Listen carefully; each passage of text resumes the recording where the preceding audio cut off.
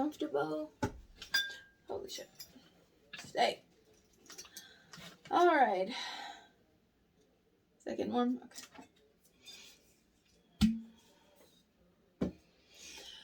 Okay. Hi everybody, and welcome back to Crafts and Crimes, where we talk about true crime, the films that were based on those crimes, while we make stuff. Now, I know you've all been waiting patiently, biting your tongues, waiting and waiting, because I was late on a week. This craft was meant to be done last week, but the day I was supposed to record, I got one of those room spinning migraines, so it had to be put off. But I am ready for this one, and the other one, the next craft, is waiting in the wings, so I'm going to try and get 2 done this weekend. And cats climbing all around over there. Alright, so what are we doing today? Well, if you remembered, if you have watched all 3 of these lovely videos, last week I told you that we were going to be doing Anatomy of a Murder. Anatomy of a Murder, the movie that's based on Anatomy of a Murder, the book, which is the murder of Maurice Chenoweth by Lieutenant Coleman Peterson. And I did not have the craft that week when I told you what we were doing, because I wasn't sure yet. And then I decided that in the first 3 videos I was doing like the bath and body and the candles and some of the things I could do in bulk. But this week I wanted to do one of my other crafts, like the personalized gifts that I do. So we are doing a sign. I wood signed my husband. Got some wood, and he cut sanded, and he stained it, or he burnt the edges for me. And then I've drawn my sayings on here, and then we're gonna burn it and we're gonna paint. Now, because I am an October baby, and like many other girls who've gotten their Eliza Schlesinger girl card, we love fall. Although I would say honestly, winter's my favorite. Although I love fall. And it's not just because of pumpkin spice, although I do love pumpkin. I think I've said this before, I've always loved pumpkin. It wasn't just with Starbucks. But because I love the spooky season, and I would love it to be spooky season already, I'm doing a Halloween themed sign. My Halloween spooky version of a Live, Laugh, Love sign, because although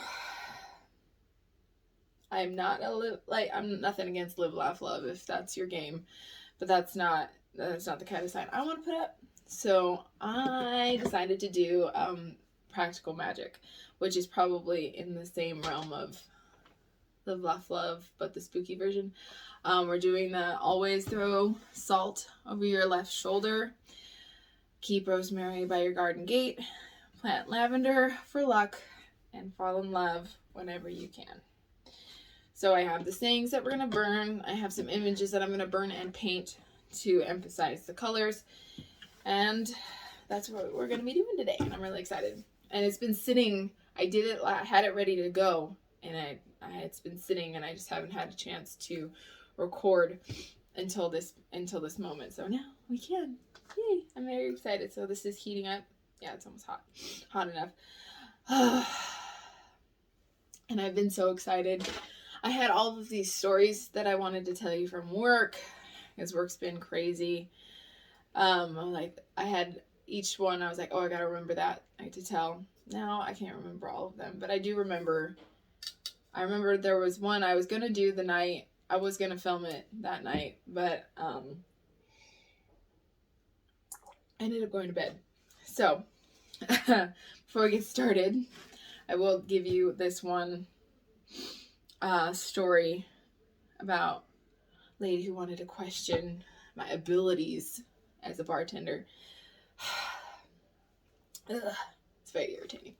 I've been a bartender for almost 10 years. I know what I'm doing. It may not be the thing that I want to do for the rest of my life, but I know what I'm doing, and I'm good at it. I'm very good at it. And these people were driving me crazy. So it was a Tuesday, and it's not like it's busy. I mean, it is busy. Sorry, it's not like it's a Saturday or Friday night, but we get busy, and a lot of times I'm on my own during the week.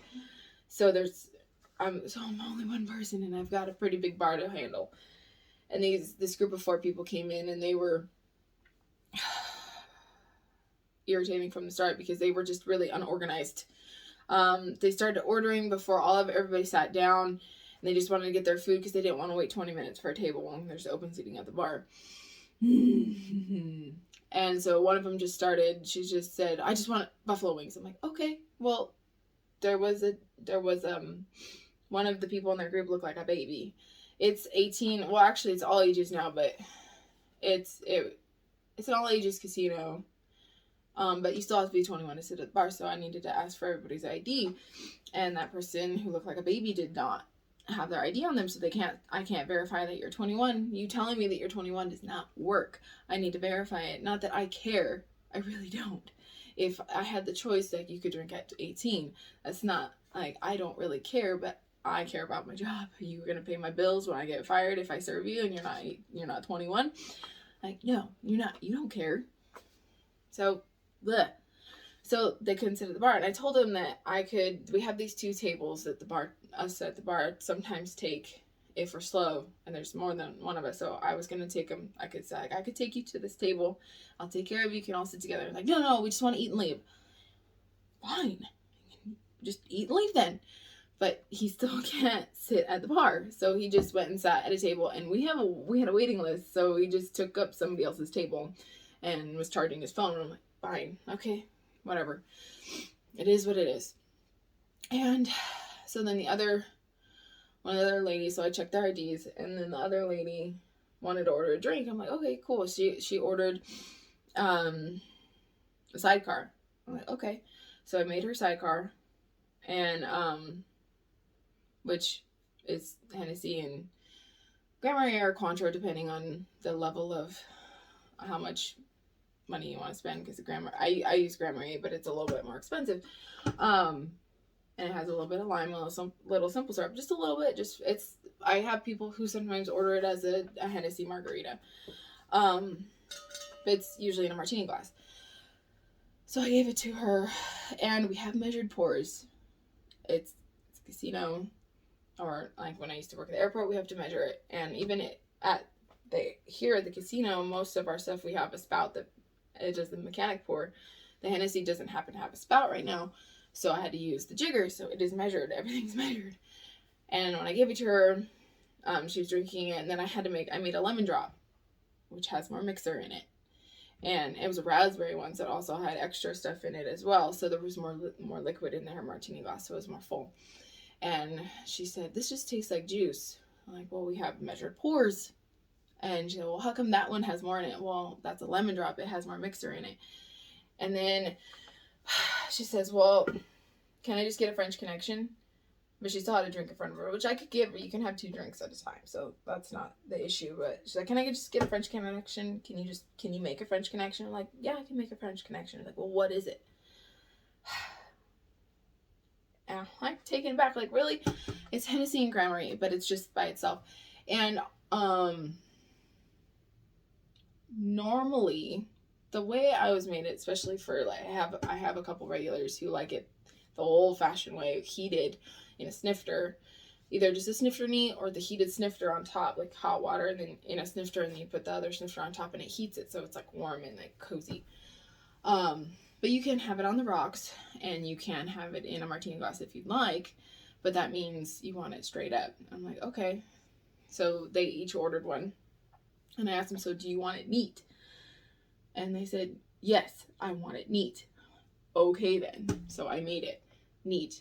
But as I was walking, she's like, and don't forget the sugared rim and orange peel. What? That's That's not how that's made. You can fight me in the comments, or that's not how I was taught to make it. That's, if that's how you want it made, I will make that for you. But that's not the traditional recipe for it. But I'll make it that way, that's fine. So I made it for them, and she's like, how come it's not in a martini glass? Well, because you wanted it neat. If you wanted it in a martini glass, you get it straight up. But I'm not gonna argue with you. So I dropped it, and then they ordered some more food. Apparently, they got the wings, and then a little bit later they ordered something else, and then a little bit later they ordered something else. I was like, well, I thought you just wanted to order your wings and leave, because you're done with your wings. Can you leave now? Because you're taking up all of my time, and I'm now busy, and I can't stop. I can't stop to keep talking. Makes me angry. But I keep smiling. I keep smiling and thinking about the drinks that I can have when I get home. It's like people sometimes just forget that they're not the only people in the bar. That they just want to stop me every time I walk by for something else, instead of coming in, ordering all together, order all your food together, wait till everybody's ready, then I get all your food, I get all your drinks, and you guys can eat together, instead of in a weird ordering in the round so that food's coming out while you're ordering the next thing, and it just drives me crazy.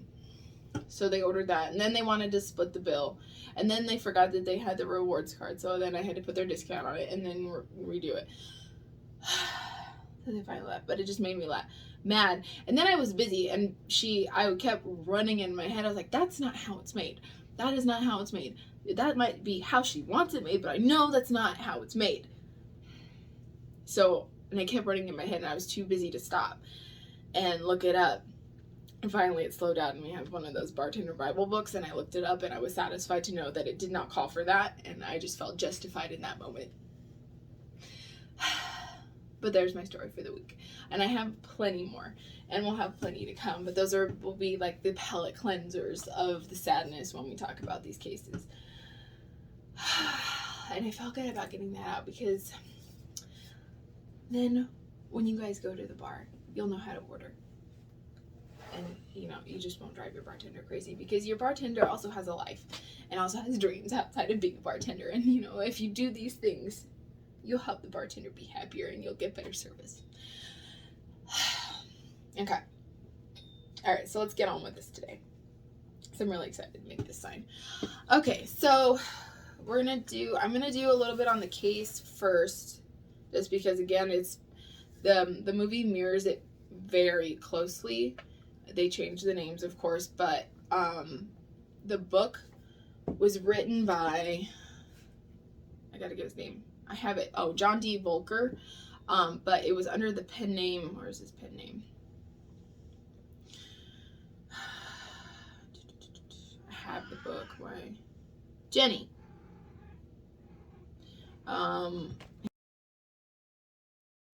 Pardon that interruption. Somebody wanted to make their debut and knock over the camera. This is Jenny, everybody. She's a mess. She's a crazy kitty. I love her. But sometimes she's an attention hog. So if I give her some attention, maybe she'll leave me alone for a little bit. So, back to the story. So, we're doing Anatomy of a Murder, the film that's based on the book of the same title, that's written by John Volker, under the pen name Robert Traver. And I'm doing a little bit on the case first, and then the film, but I'll do like some overlapping with the film and the case, because the thing about this case is that it was actually written, John Volker, it was the defense attorney in this case. So, there's a little bit of overlap in that as well. So he did. So there's, I'm going to talk a little bit about him and then the case, and then we'll go into the film. But because the film mirrors it very closely, I know the names are changed and they do add some stuff that's different. It's good to have some background on the case first. So I looked, of course, on good old Wikipedia as my starting point, just to get a little bit of knowledge on that case. And then I found his Historic True Crime, which is a small little article about it by Tonya Blust. And then North Michigan University. I just want to make sure I got that right. Yes, Northern Michigan University did an article about the 50th anniversary. They did a whole thing on it.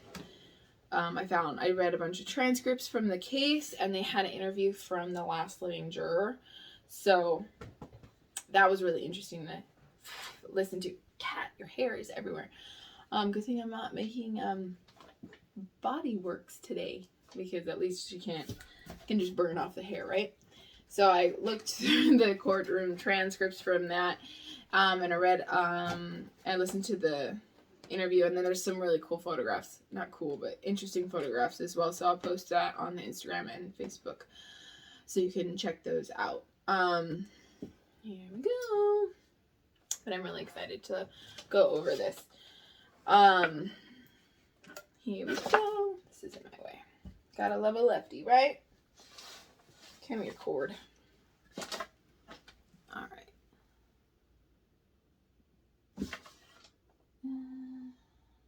All right. Starting with a burn. Now, I knew about this movie, and I knew that it was part of a true story, but I really didn't understand everything about it until I started looking it up. And also about his life. His goodness. I mean, he became a Supreme Court justice in Michigan. That's why the article is it's at the Universtity. So, I mean, this dude is not like he didn't have anything else going for him. It's very interesting that he still wanted to write.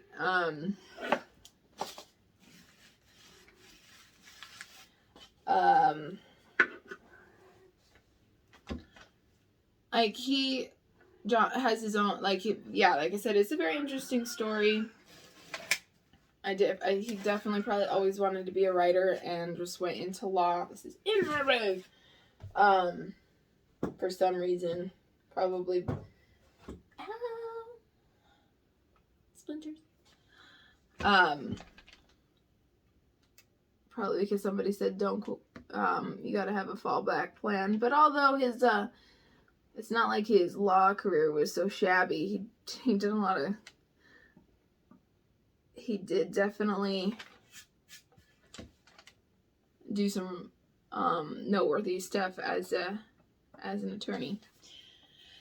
But in the juror interview, he was the country lawyer that everybody knew, but he had this really great wit, made people laugh, but he loved to fish. He had a lot of outside activities that he wanted to be involved with over just being a lawyer, which is funny. Probably the reason why he was so good was, I mean, as a writer and a lawyer, was because they fit into each other, because he was so good with his words that he could tell that he could wind a story up because he was a writer, and he could say it very well because he was a lawyer. I don't know. But yeah, it was his reading about his life was definitely the example of don't quit your daydream. Okay, Kat, we get it. You're a beast. But yeah, this was his 5th book, but it's the one that got him the most success. But he wrote a lot after that. He said that his first book, forgot all the details about it, but when he wrote his first book at 10. I mean, it didn't really do much, but he still finished it when he was 10 years old. So yeah, I would say he was gonna be bound for some kind of success. Jenny, so much interruptions you are. But he was born in 1903, and he graduated from Michigan Law School in 1928. and he began practicing law first in Marquette with the firm of Eldridge and Eldridge, and then in Chicago. And then he established his own practice in 1933, and then he was elected to the prosecuting attorney of Marquette County in 1934.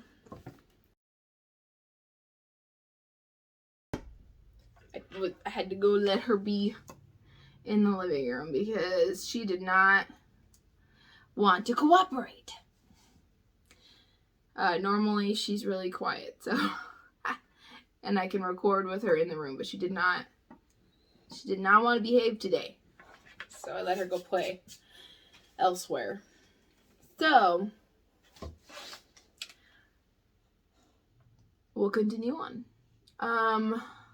Alright, so he graduated in 1928, worked in a practice in 1933 and 1934, and then was elected, like I said, as the prosecuting attorney from 1935 to 1942, and then again from 1945 to 1950. He served as Ishpeming city attorney. That's probably incorrect. From 43 to 44. And throughout his years as a prosecuting attorney, also maintained a private practice. So he definitely, he wasn't a schlub. He was definitely like doing things, and I believe he was still writing as he was doing these things as well. Because like I said, this was his 5th book. This is the one that brought him the most fame, but he had written others before then. So that's pretty cool.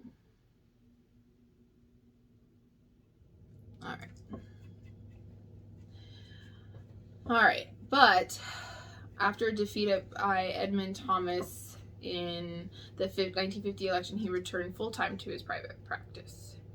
So then he just began, and he was a prosecuting attorney. So that's something interesting too, I thought, was that he worked on both sides of the law.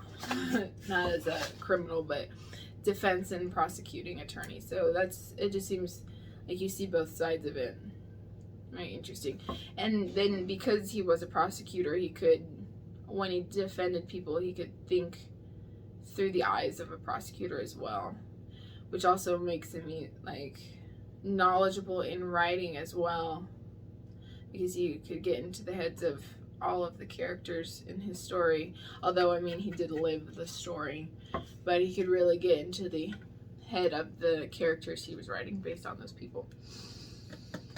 And then in 1952, and he takes this case, and his world changes, I guess, for the good and for the better, but it's also, it is a murder, so it's not all good.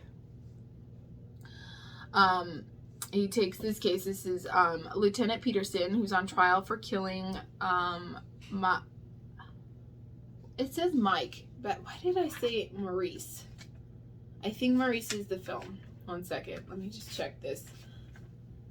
Pretty sure Maurice is in the film, because I know I read it somewhere. I think maybe he went by Mike. Hold on. They always call him by his last name. Anyway, it's Chenoweth, which always makes me think of Christian Chenoweth. Yeah, Mike. So I think in the film his name is Maurice, which is kind of funny. It sounds like they're making him fancier than he was. Yeah, Mike Chenoweth. The owner of the Lumberjack Tavern in Big Bay, Michigan, which is still there. Although the film is, it's the Thunder Bay Tavern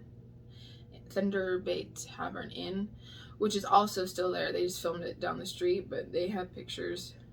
They filmed it on location, and I found pictures of that online too, so I'll post that.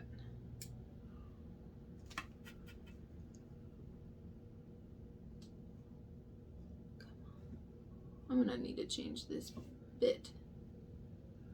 Normally it's a lot hotter than this. There we go. Don't mind me. I talk to my implements. And after 6 days of trial, he got a not guilty by reason of insanity, which we'll go into. It was more of that he wasn't insane at the time, but they go into it as irresistible impulse because of what happened. And then in 1953, he started thinking about writing a story, but he was working on a different book at the time. But when he finished that book in 1954, he started going back to the story of Anatomy of a Murder. And then 56, he got this first draft. And a bit of a perfectionist he was, kept writing like revisions after revisions after revisions. And it wasn't until the publisher was like, we just got to submit this. They cut down a lot of the courtroom stuff. Or no, they didn't. They wanted that to be the central part of it. So they like cut straight to it. They didn't do a lot of before. They wanted to get right into the actual court proceedings. So they went right in. They wanted that to be the central part of the case.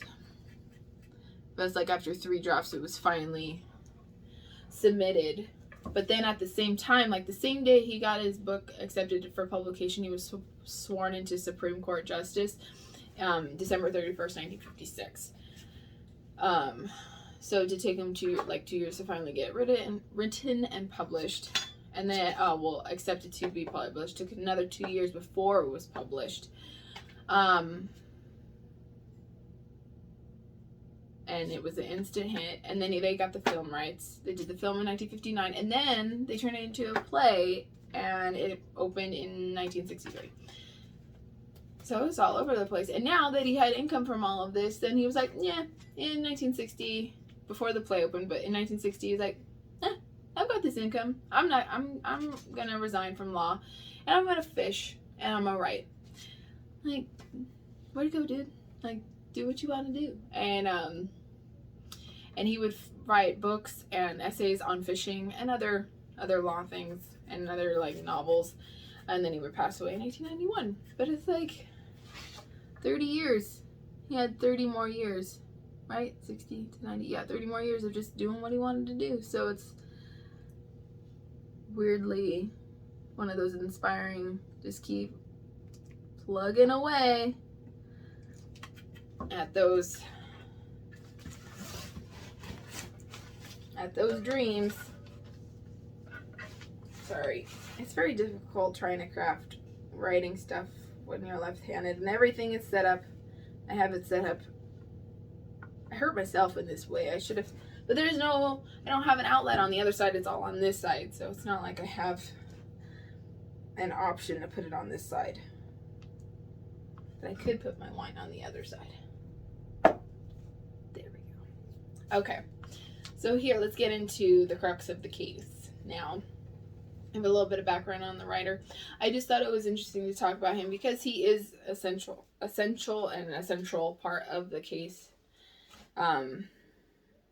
in the book and in the film and in the case itself. So we should know a little bit about him, because if it hadn't been for him, it probably would have been a much different outcome, because I think his ability to entertain and spin, not that it's a very weird case, and like I'll get into it. It's like we should believe survivors and victims, but there's a lot of questions in this case, so there's a lot of doubt of what could have happened. So somebody who wasn't as skilled at creating doubt and spinning stories probably wouldn't have gotten him off the way that he did. Alrighty, so Coleman Peterson was a first lieutenant in the United States Army who had come to Big Bay in June of 1952 with his wife Charlotte. And in the film, they had both been previously married, but I couldn't find anything about them being married before. They possibly were, since he did write it that way, but he could have just changed it. After being assigned to the anti-aircraft artillery range in the area, Peterson didn't know many of his fellow soldiers, having just returned from service in Korea, although I think he also served in World War II, if I remember some of his testimony, because he had a German Luger that he took off a body, which I believe was also the murder weapon.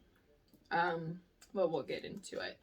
So, he and his wife socialized with a lot of the civilian neighbors, including that they'd all hang out at the Lumberjack Tavern owned by Chenoweth. It's just like the little local dive spot, because there wasn't really a lot to do out there. People didn't really have a lot of activities that they would do after hours, so they go to the bar. The testimony from the bartender says they were playing shuffleboard. The film says they're playing ping pong. So, there really wasn't, it was 1952. There's not much going on, like, after hours as far as entertainment. Not a lot on TV back then. So Coleman and Charlotte, they were at the Lumberjack pretty regularly. They knew him casually. They weren't like super close friends, but they knew of each other. And there it is, Maurice Chenoweth, but I think he went by Mike, because I don't know, where did I get? Let me look up this.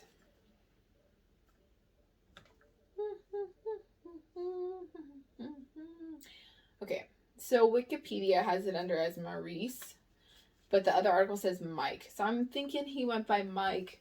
His name might have been Maurice, but I'm pretty sure he went by Mike, because Wikipedia can get changed. We trust it as much as we can, but people can edit. But so Mike, despite his background as a cop, he was known as a dirty dog. He had a bit of a reputation. The juror interview says that he was kind of cocky and kind of an asshole. There really wasn't much to do, so they all went to his bar anyway, but he was just kind of a dick. And he had a reputation of being a womanizer. And according to the article, both the one from northern Michigan and the historytruecrime.com, that he had been accused of sexual assault before. The juror said, yeah, he would rape girls. Everyone knew it. And he had been, the juror said that he had been charged before. The article said that he hadn't. But either way, there weren't any convictions. But it was weird, general knowledge that he had done it. They were aware of it. They just kind of continued to go to his establishment, because there was nothing else to do. But they all knew that that's what he did.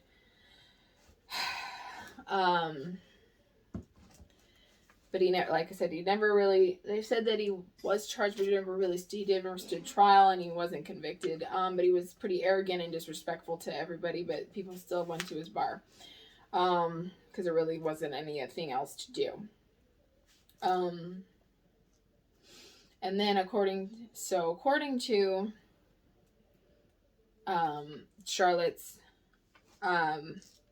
testimony on July 31st, 1952, at Peterson's murder trial, she spent the evening at the Lumberjack playing shuffleboard and drinking and having fun. Of course, how dare she? When she returned around 11:45 on July 30th, or not, her testimony wasn't on the 31st.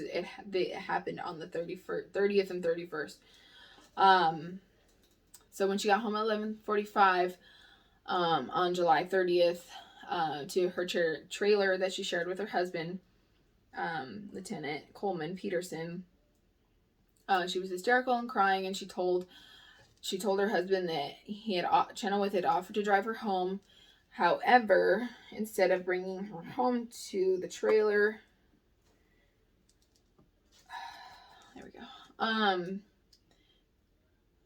He drove her into the woods where he beat her up and sexually assaulted her.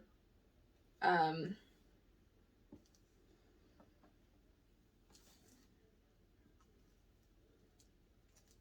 then, so because Chenoweth ends up dead, there really isn't, I mean, there is some argument, and this is where, I mean, I wanted to talk about it later, but this is where it goes, like, there is a lot of, the prosecution brings up, like, a lot of doubt between whether or not the sexual assault happened or was it consensual, because we don't, her tests were inconclusive, and we don't have Chenoweth to talk to. It's like, you know, of course, that he said, she said kind of thing.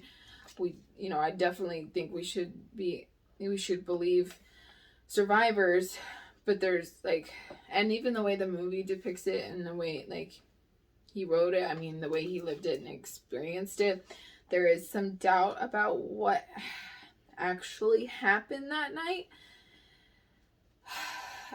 Who's to say? Even the jury, it's very strange. The jury had questions on whether or not the assault happened, even though they knew that he did assault women were pretty assured that he had assaulted women in the past. They weren't sure if she actually been assaulted, but they did believe that he was a victim of irresistible impulse. But I don't know if they believed it was that him, because he believed that they had, like, she had an affair and he went like mad, or that he assaulted her and he went mad. So I guess there's just like that weird in between. So the trial, the issue becomes whether, like, they kind of fight between like whether or not that happened, and then also his response, because he believed that there was some sort of sexual encounter between the two, but is whether or not he drove there for jealousy, revenge, defense of his wife. So that's the fight for the conviction, or the not guilty, or the guilty verdict in the trial. According to the testimony, he grabbed his gun, went down to the bar to confront Chenoweth. When he got inside, Chenoweth came inside towards him, and Peterson unloaded his gun into him and then walked away. I'll get into it in just a second, but the court transcripts were very interesting, especially after watching the film, because they mirror some of it. It's not quite word for word, but there's a lot of it that is definitely drawn from the transcripts, which of course, I mean, truth is stranger than fiction, and a lot of the times that makes for more interesting entertainment, which is terrible to say, but it's like, why you don't always have to exaggerate when it's right in front of you. So he was faced with first-degree murder, and he hired Volker to be his attorney, and he brought up the defense of irresistible impulse, not guilty by reason of insanity. Not that he didn't know it was wrong. He knows it's wrong to kill people, but that, like, at the time of it happening, he did not have a choice. It was like he was in a, like, blacked out state. And in the film, they found, like, this precedent to use.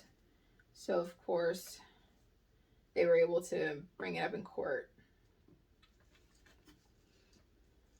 And he said that he, like, was in a trance, that he couldn't really remember what happened. Like, he kind of remembered going there, but he was kind of outside of his body watching it, and he didn't remember that there was anybody there. And then he just he remembered cleaning her up. Then he grabbed his gun. He went to the bar, kind of remembered seeing everybody, and then the next thing he knew, he was at home, and he saw that his gun was unloaded. But after the 6 days of trial, the jury came back by not guilty of reason of insanity, and he was free to go. And this is kind of where it's like, well, was he a good dude?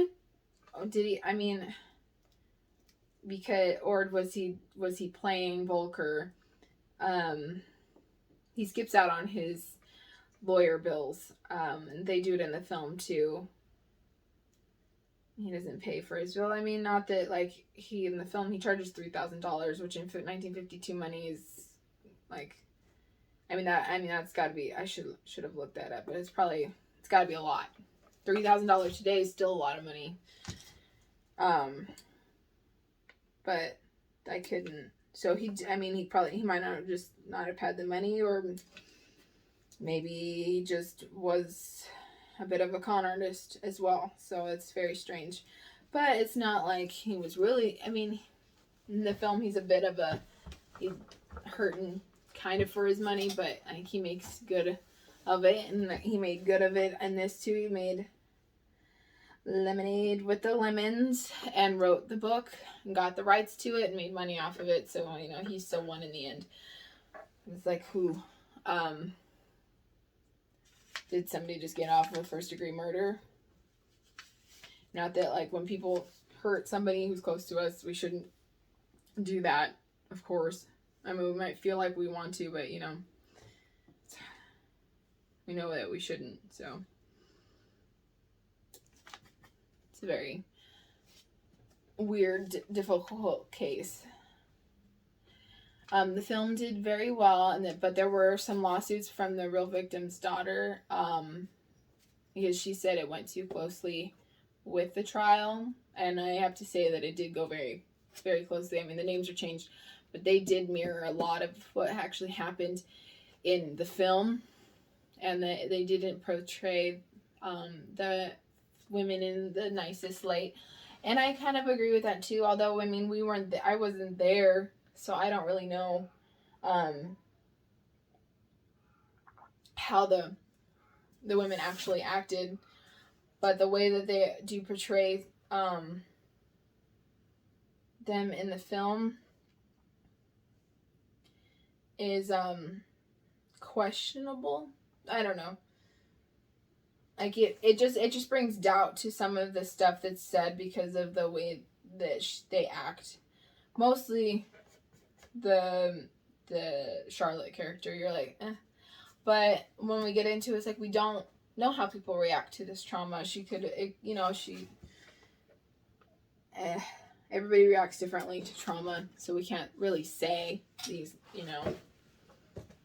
her way was right or wrong. It just creates some odd doubt. It was funny to me, and I think there's another word in here that I thought was odd. But the censors, like, it was a controversial film in the case it was dealing with sexual assault besides murder, but they also had to deal with like other like naughty words, contraceptive and climax and spermatogenous and I think there was, well, those are the ones that were mentioned on Wikipedia, but I think there was another ones. And then they also use the word, I'll get into it there, but they use the word panty a lot, and I find that word really strange. I find it very childish. We can't just use, especially in the situation that it is now, we can't just use underpants, underwear, undergarment. I don't know. It just makes it less, it just sounds less serious, especially in this case, in this situation. But I'll get there when we get there. Because it comes up twice. I'm like, really, guys? But like I said, I found the transcripts of the interviews, and it did mirror a lot. So let me go over some of the things that I thought were very interesting about mirroring from the transcripts to the film. This one is more of an entertainment value thing that I thought was funny because I am a bartender and not really having anything to do with the case. Although it does bring up some questions, I guess, now. They interviewed the bartender that night who was working, who witnessed everything. And they were trying to establish whether or not that Chenoweth was drunk and whether or not he was was being violent. If he was, violent when he was drunk, could he be was he in charge of his faculties? Was he in his right mind? Because Volker wants to bring this stuff up so that he can create the defense for Peterson. And he brings up that, and he also brings up the fact that he wasn't just bringing the gun to hurt Chenoweth. It was just also for protection because the bar had guns, and Chenoweth was a sharpshooter, so he knew that he had guns and knew how to use them. So he brought the gun not just not to murder, but to protect himself when he was there, because he wanted to protect himself, whether or not that was the case. But he wanted to bring up Chenoweth's state of mind that night because he wanted to see if, that has anything to do with how Peterson reacted. But the bartender, they go back and forth, and the attorney and the prosecutor go back, what does this have to do with anything? What is why do we need to know if he was drunk? But the bartender is like, well, he wasn't that drunk. He wasn't super loaded. I mean, he would drink throughout the day all the time. He would have 8 to 10 doubles, he said, and they established what a double was, and he said 2 ounces, and I was like, bullshit. That was not 2 ounces. That is not 2 ounces, because 2 ounces was a double at the airport, and that was stingy. And at the casino, it's our singles, 1.25 ounces, so it'd be 2.5. And we're at a local dive where the owner is drinking on the job. I know they're not measuring their pours. So I know they're not doing an 8 count. 1, 2, 3, 4, 5, 6, 7, 8. No, that is not, he's not doing a 2 count. He's not doing an 8 count pour. He's definitely heavy handing that pour. So it's not 8 to 10 2-ounce doubles. It's 8 to 10 4, 5. He's drunk. And then he drove. He had to have been hammered that night, but he was also probably a functioning alcoholic, I have to say, if he's drinking that much per day. That was his normal thing, is what the bartender said. That's what he did. So I have to say that he was he's probably functioning alcoholic. He drank that way all the time. But it definitely wasn't 2 ounces of shot. I can almost guarantee you they weren't measuring that shit. I have to know. Seriously. Because I don't measure at home.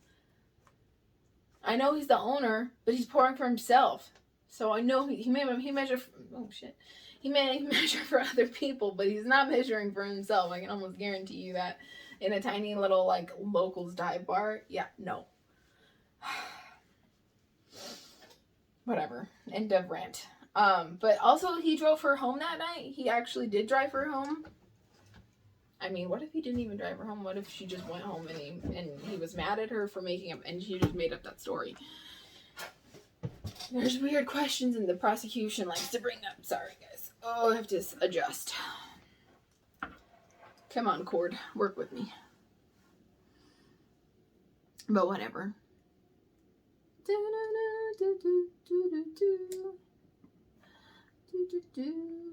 Alright.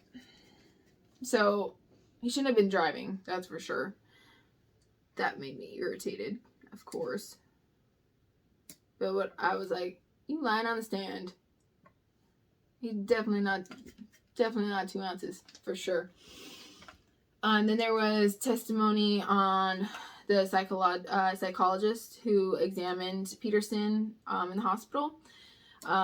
They do talk about, it's very interesting. The juror talks about how there was an army doctor who actually examined him. And they have these hypothetical questions that they submit to the court. If this, and this happened, it would be understandable that this person would react in that way. So, like, if his wife was raped and he wanted to do, like, and he survived the war where he had to kill people, and he had to deal with all of this. Oh, come on. There we go. That it would be understandable that he would go into some sort of state and not be able to know what he was doing or be able to control his actions. And so the psychologist testified, the doctor testified about testing him, and said, like, he, you know, hypothetically, yes. And he definitely fit the scenario during his examination, that he didn't, you know, really remember anything, and that was a sign of the irresistible impulse, and it wouldn't have mattered if he knew it was right or wrong, and the fact that he probably did know it was right or wrong, he didn't have the choice at the time to not, because it was his mind had snapped in that moment. And they go over that, they testify in the film like that too. And the juror in the interview, they talk about how, and this happens in the film too, they talk about how the Army psychologist who testifies is the one who actually examined him, but the prosecution also brought in their own doctor to counter that, but he didn't examine him at all. He just kind of observed him in the trial. And I'm not saying that there might have been some kind of he's an odd dude, so I'm not saying there isn't something like fishy going on with him, but you can't just observe and then know everything about somebody either. You need to talk to them and examine them and go over. He didn't talk about it with him and go over the facts. And in the film, he says, no spoilers. We'll go over it when we get to the film part. But it just, like, it gets a little frustrating. It's like you can't just know something about him just from observing him in a short amount of time. He didn't examine him, and so that happened in the actual trial as well. They both had their own, but not the prosecutor's doctor did not actually examine Peterson before he came to the conclusions that he couldn't have had irresistible impulse, which is ridiculous. You can't have a diagnosis without actually talking to the patient. God. I'm not a doctor, and I know that too. Goodness. Can't. WebMD is not where you get your diagnoses from. Otherwise, we'd all have something wrong with us. I mean, we probably all do have something wrong with us, but you don't have that. What you're looking up, whatever your symptoms are, stop it. You don't have whatever you're looking up. And like I said, there was these what ifs that they, like, submitted to the court so that Brock, he was, creating that doubt, and he was very good at just creating questions and doubt that would at least put it into the jurors' minds for them to think about. And then Peterson also testified that night, and his testimony was very interesting, as some of it was, at least what they put on the website did mirror what they talked about in the film a little bit. Not entirely though. They made it, I think, well, they didn't have the cross-examination, I don't think, or at least not all of it, so they couldn't get into all of the dramatics that happened. But they did talk about how he had cleaned her off. He wiped off what he thought to be semen, but they couldn't find whatever it was that he wiped her off with. and they didn't find any on her. Not to say that maybe, I don't know, they threw that away on accident because they were upset. Like, they didn't know, like, they didn't know, they weren't thinking in that process. He was just trying to comfort his wife.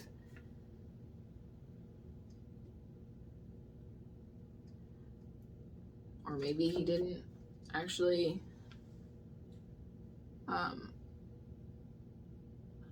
ejaculate on her. Like, there's all sorts of scenarios, but that's what he said, is that he was trying to calm her down, and he wiped her off, and then he laid her down, and she cleaned up too. So of course, I believe she took a shower, so it's not like they were going to be able to find much, and she could have fought. We don't know exactly all of the, I mean, she does testify, but we don't know all the details of what had happened, so it could have not happened internally. So there might not have been as much evidence in or on her body. As far as, like, I mean, she said he did beat her too, and she did have a black eye. But, you know, there might not have been as much sexual assault evidence. You don't know all of those details. But then he grabbed his gun and he went to the bar. And when he came back, like I said, he kind of remembered being there, but he didn't remember anybody there. He didn't remember seeing anybody, even though there were witnesses. And the next thing you know, he was home, and he knew that he thought he had killed somebody. He thought it, well, not somebody. He knew that he had probably killed him, or at least shot him. He didn't know if he actually killed him, Chenoweth, because he knew that his gun was unloaded by looking at it, because of the Luger. The German Luger has a way of, it pops open when it's unloaded. So he knew that he had unloaded the gun.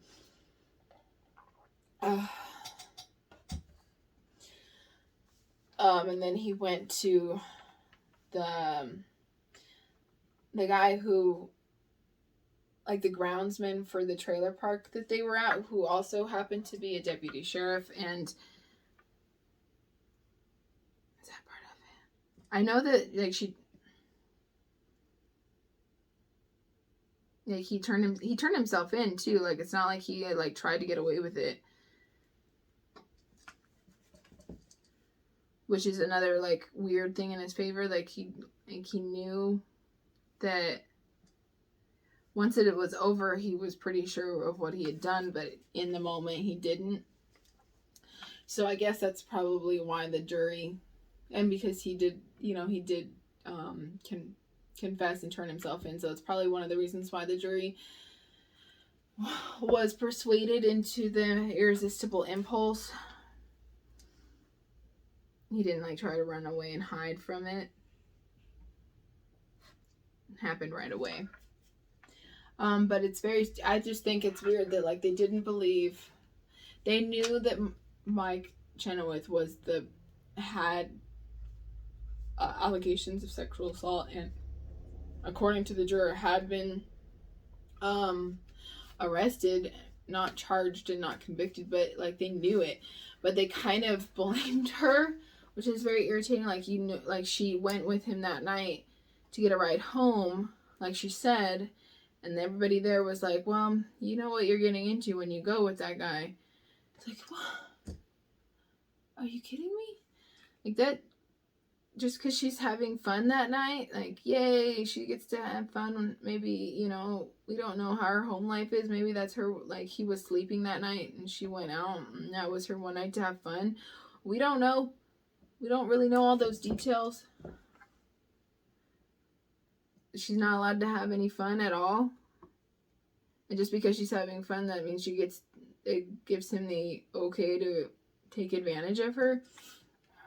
It's very upsetting. And then you're not going to believe her. I mean, I know that there are people on the fence of whether or not it happened, but who's this? I mean, it's very, even like some of the representation and some of the evidence, it's like, did it happen that way or not? But I mean, I don't believe he should have gotten murdered. But I'm not saying I don't not believe her either. But it's just weird that they didn't believe her with knowing what, like, his reputation as well. The other thing is, most of the people on the jury knew all of the people involved, which seemed like a conflict of interest. So they all kind of felt like Mike got what he deserved, like Chenoweth got what he deserved in a way, because what was coming to him because of his previous actions. So it's almost like they weren't really, like, it just seems like they were serving a little bit of their own justice as well, because he got what was coming to him, because he had been such a dirty dog, as they said. But in the movie, they interview the jurors, and they're like, you testify that you don't know anybody and you don't know anything that's going on involved with the case, and they all say no. But the jurors said, yeah, we knew him. We all pretty much knew him. It was a tiny town. Like, they didn't move the case, so it's not like, and they didn't like sequester the jury, so they kind of knew what was going on in the city. So it kind of seems like it was slightly skewed, although he did say that somebody did come up to him and say, you know, that he like was mad at him because he didn't find him guilty, but he said that he followed the directions of the judge, and he believed that it was the irresistible impulse. So I don't know, it's very up in the air. There's a lot of doubt and clouds around this case. I mean, nobody's alive from the case anymore either, too, so it's kind of hard to know, because that was 50th anniversary 1952. Yeah, so I don't think that juror's alive anymore either, and it's definitely a long time ago, so there's a lot of things that we handle differently now as well. But and the juror did testify, well, like I said, he did testify as being very quick-witted and entertaining, and just being able to relate and bring everything into, like, spin it in a way that the jury could understand. And he even got people laughing. They had to, like, the judge had to quiet down not the witnesses, the audience, saying, like, if they didn't behave themselves, he was going to kick people out of the courtroom because it was causing a ruckus. Can you describe the ruckus, sir? Yeah, people that are laughing at a murder trial. That is the ruckus, sir. No. So, now that we've gone over a little bit of the case, we're going to go over the film. And as we go over the film, I'll bring up things that I forgot to mention as I was going over the case. I'll bring up, compare to the film as well, because there is so much relatable to it. I mean, because it was his case, it was his book, and it was his film. So, Anatomy of a Murder, 1959, directed by Otto Preminger. Wendell Myers, I guess, wrote the screenplay, but I think he might have had some involvement in it, and then John D. Volker, of course, wrote the book and the play, I think. And then it stars Jimmy Stewart, Lee Remick, and Ben Gazzara are the three mains. Jimmy Stewart, one of my favorites. I had to watch Rear Window just because I had to get into, the mood. I don't know, I just love that movie, so I love him so much. I know everybody loves It's a Wonderful Life, and I love that one too, but there's also another one that I really, really love. It's called Made for Each Other, and it's 1939 film, and he plays a lawyer. He plays a lot of lawyers. He's just like a level-headed dude. And I just like, I don't know. I always feel comforted watching him. He just seems like super calm and relatable. I mean, I don't know. But whatever.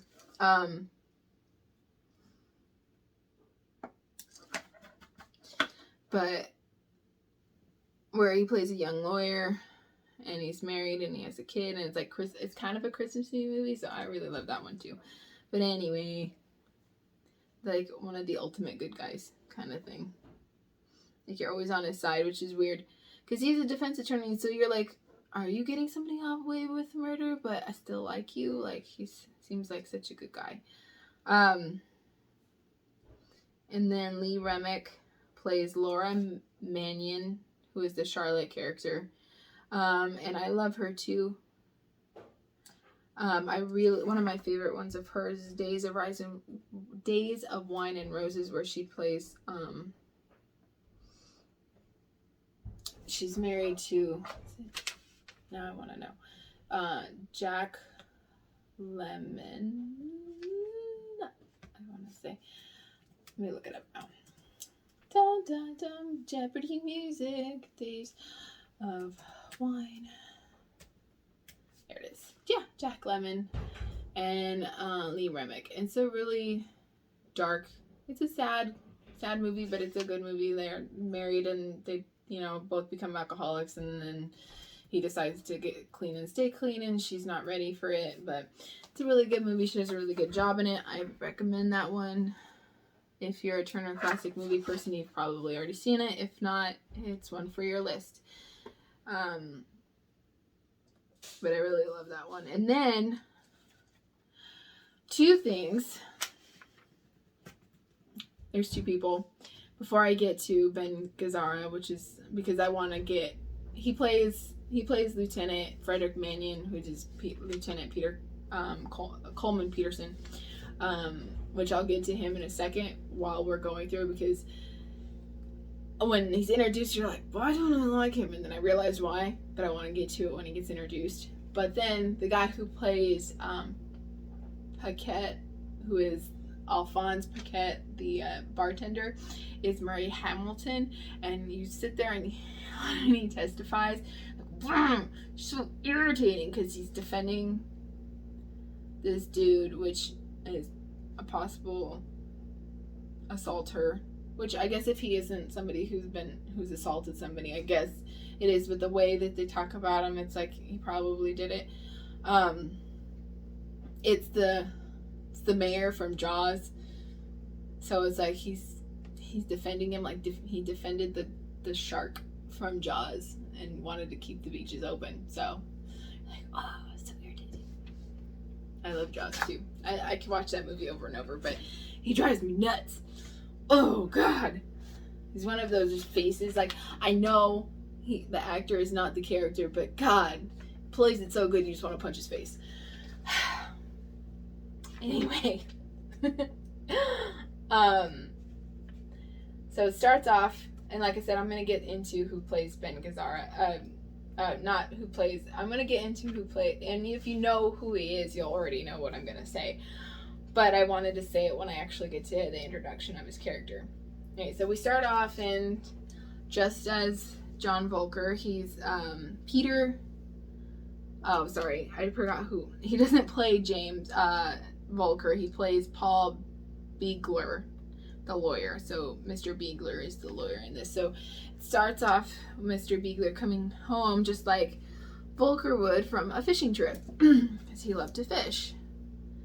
And he liked to practice law, and but he really loved to fish. That was like his real calling. Like, there's parts of the film during the trial where he's just sitting there making lures, and even like bonds with the judge over it, which is like, this is a conflict of interest, but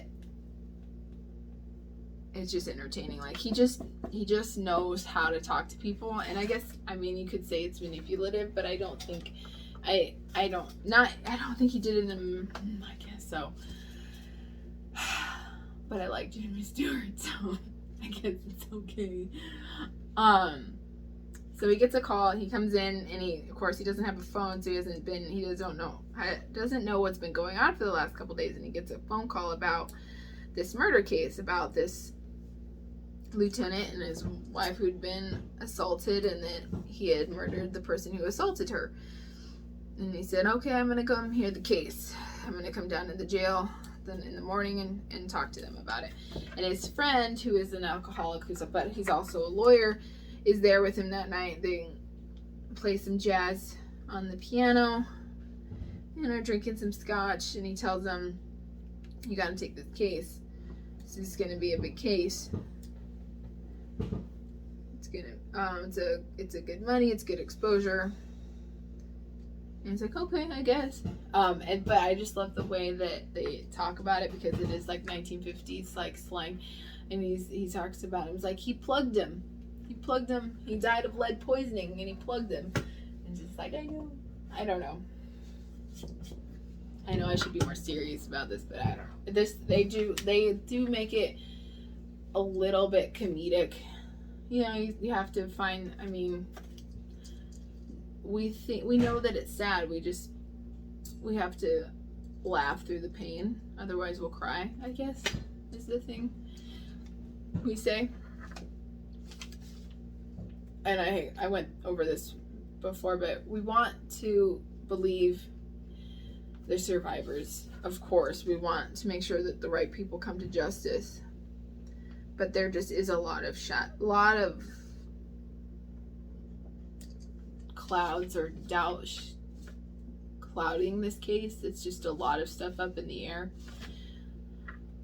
But we definitely always want to believe the survivor, because we want to make sure that they're taken care of and the people come to justice and nobody else becomes a victim as well. There's a lot of people in the court, and there's the prosecution, and there's a lot of people on the side that they're not sure if the story happened the way she said it did. But it's strange. So then he goes to I already talked about that, sorry. Sometimes I repeat my notes just in case I forget to say them earlier, like as I'm going through them. So sometimes I repeat things in my notes. But so we go to the court. We meet outside the court with Laura Mannion and her dog. Ooh, and I forgot. So she has a little dog, and the dog is very important to her story and to the movie. I mean, it's a very adorable dog. It's very well trained. And it's in the real case too. She had a dog, and it would hold her flashlight when she walked from. You fixed the door? Yeah. Good job.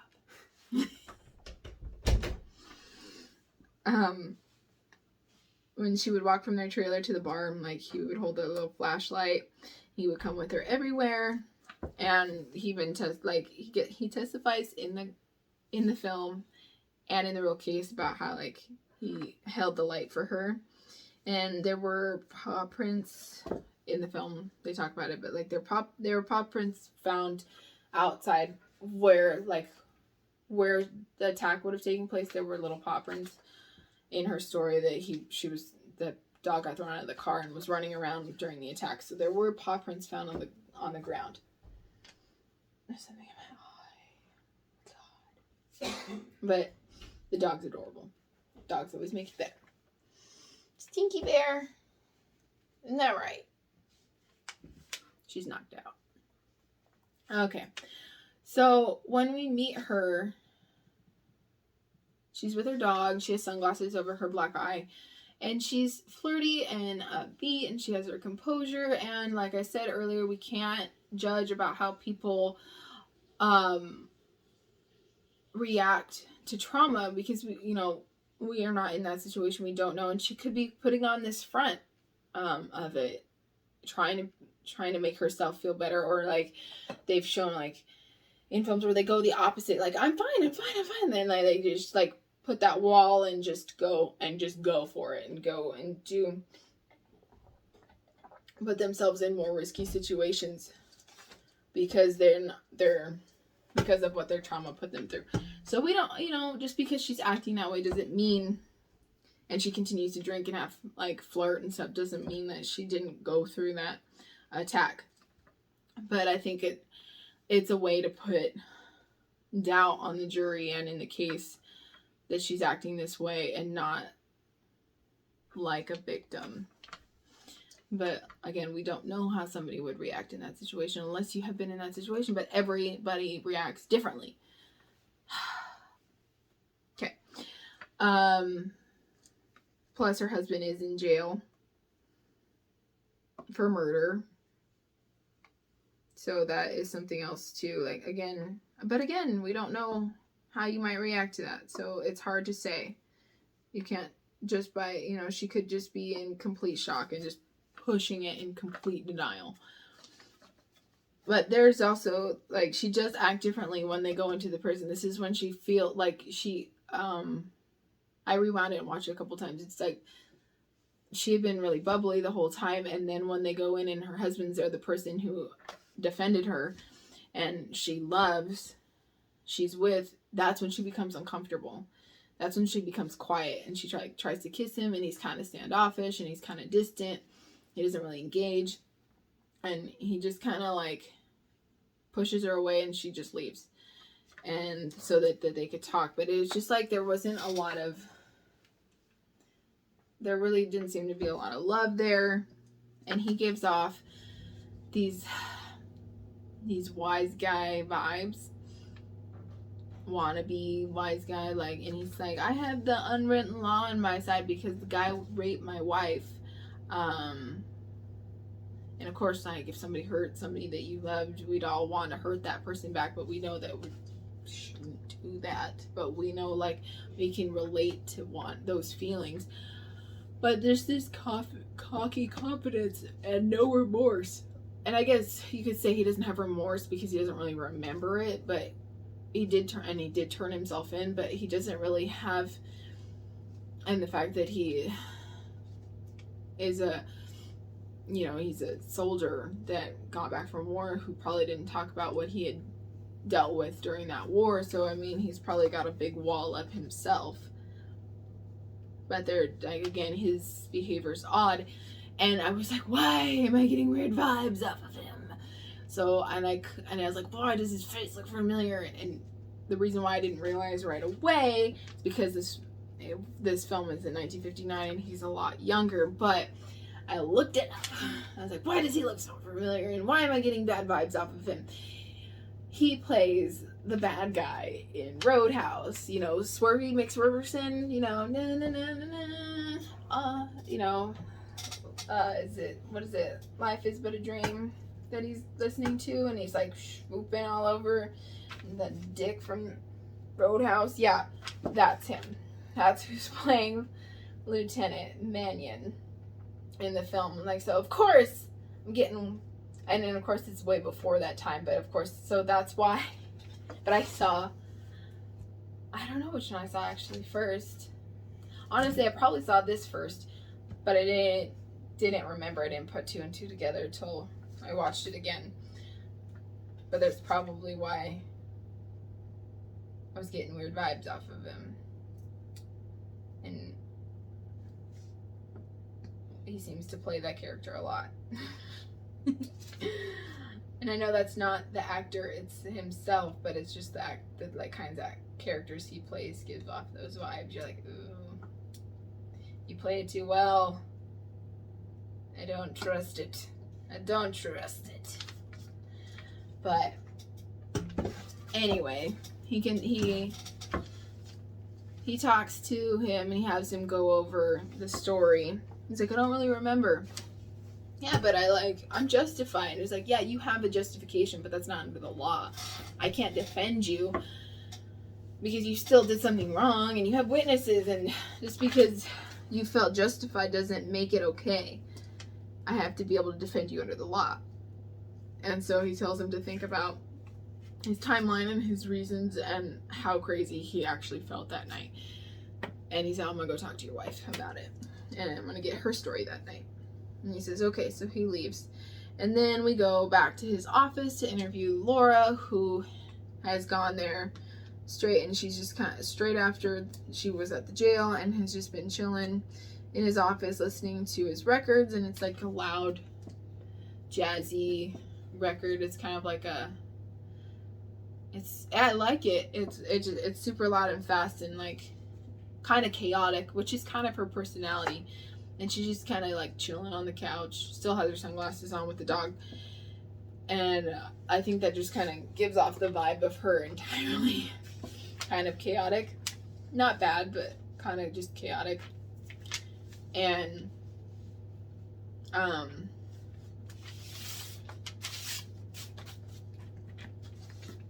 before he leaves, he does talk about how they had both been married before. But he loves her. He really does love her.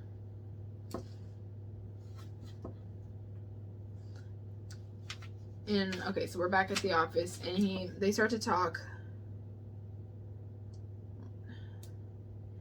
And he says, "Do you want a beer, some water?" And she's like, "I'll take a beer." So he gets her a beer, pours it in a glass, and it's a small glass.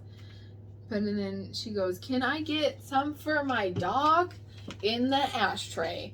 And I know it's not real beer, but I thought this was really strange. And I know that there's people, sorry, it's like nails on a chalkboard. I'm trying to tighten it, and I don't have my pliers. I know that I have had friends in the past that have said that their animal likes the taste of alcohol, but I also know it's not good for them. And I also know it's not good for them to drink it out of an ashtray that I know has been used. This was the 1950s. People smoked everywhere. Like, that's gross. And she's like, "Oh, now I go right to sleep." And the dog's super trained. It just like tucks its head under the couch and just like lays there, like goes to sleep. It's super adorable. I love the little dog. And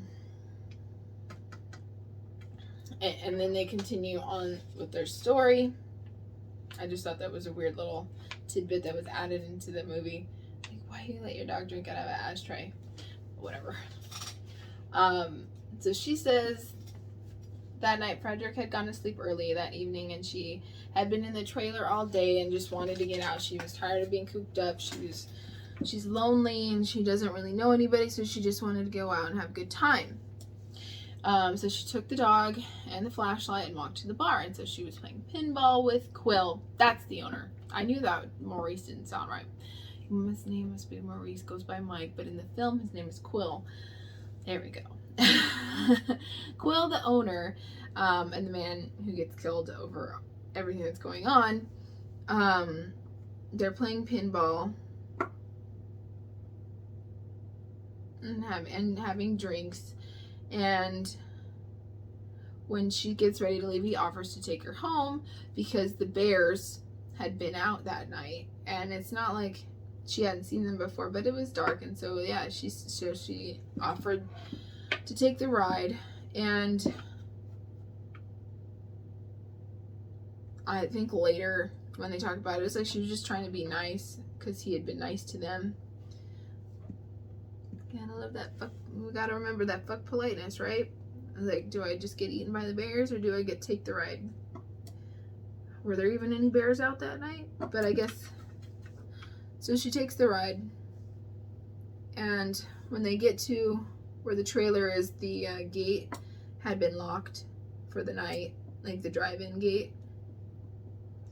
So she was just gonna get out and walk the rest of the way, but he said that there was another way that he could drive around and pull in. But instead of doing that, he pulled down another lane and he attacked her, and he said that "I'm going to rape you." And I'm definitely not going to deny that it happened. I'm not going to say, like, I don't believe her, but I thought that was a weird thing that he would say. Like, "I am going to rape you," because I don't know if somebody who would do that would think of it as rape. I know that it is. But if you know what I'm trying to say is that the guy would just think of it as him like in that situation, he would be, I'm entitled to this, not that it's rape. Like, she'd been flirting with me all night. Like, she owes me this mentality versus rape kind of thing. But maybe he did say that. I don't know. I just thought that was a weird thing to say.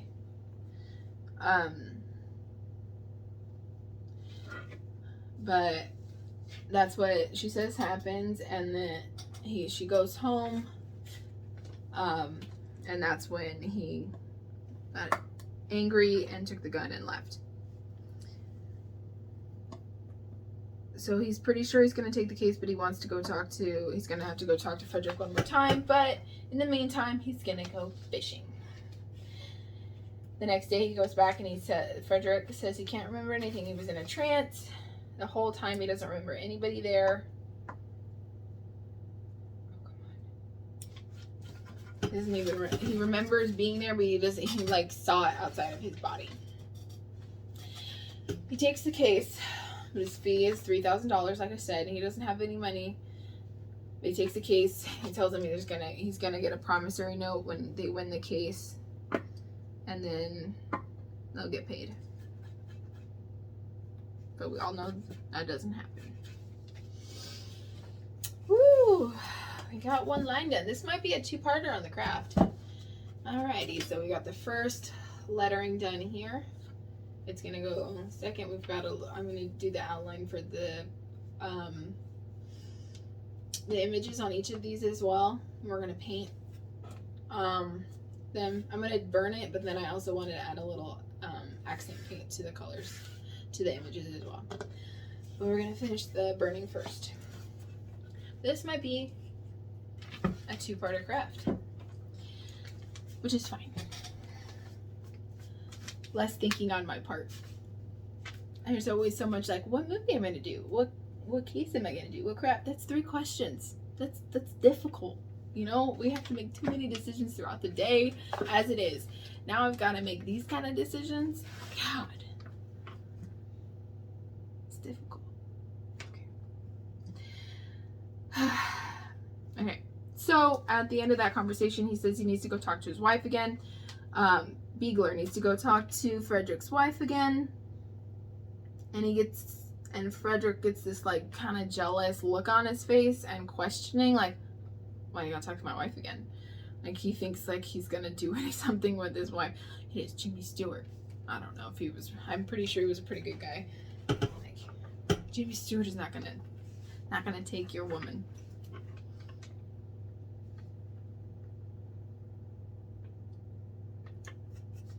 He got Grace Kelly. All right, you know what? He might. I'm just kidding. He wouldn't.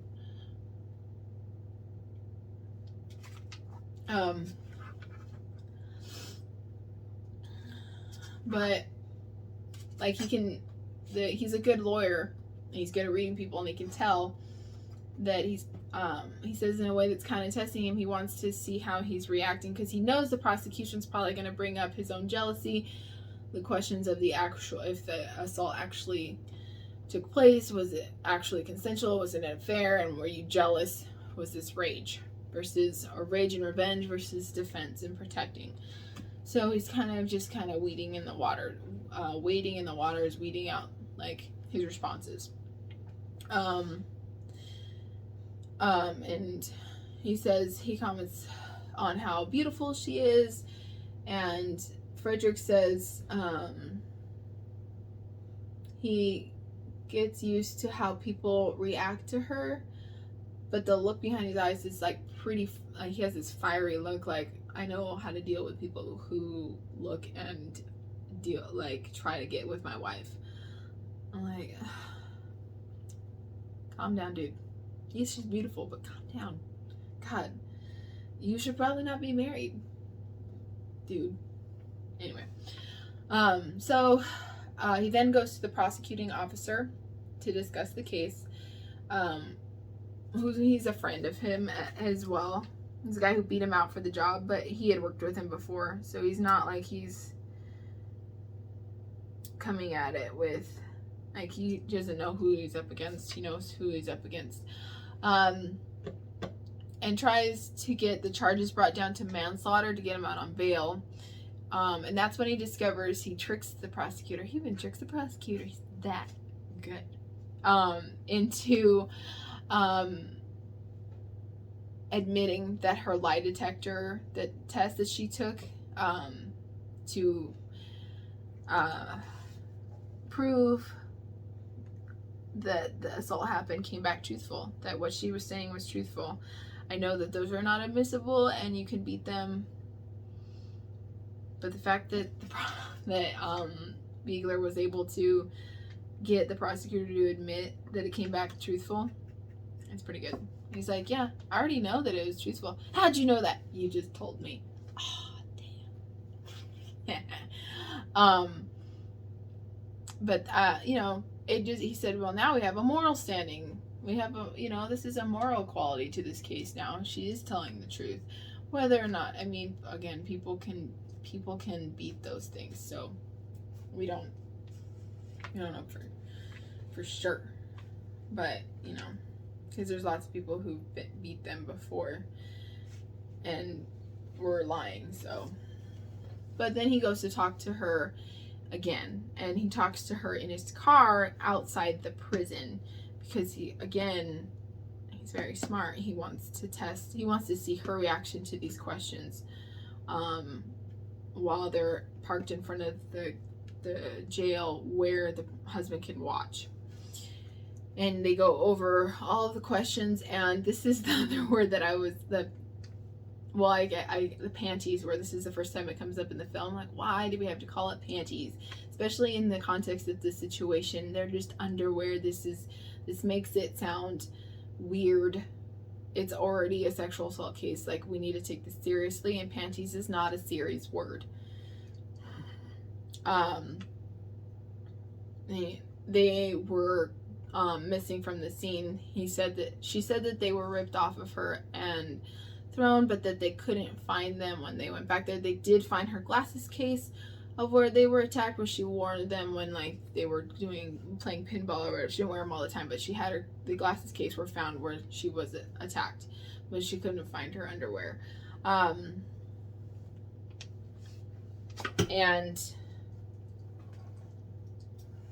what did he ask her? I thought I wrote it down.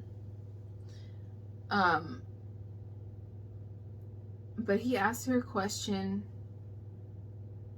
about him being jealous, and she said, yeah, he can be jealous, and about the attack, and because she starts to flirt with him. She touches his hand, and he says something like, well, what would your husband say who could see right now? And she backs off real quick, and he asks if she's afraid of him, and she said yes, and he asks if that's why she took the polygraph test and the lie detector test, and she said yes. And he asked her, is there a reason why he would be jealous? Meaning, like, was it an actual affair? Wasn't it? So I was like, I have never, not that night or any other night, had an affair.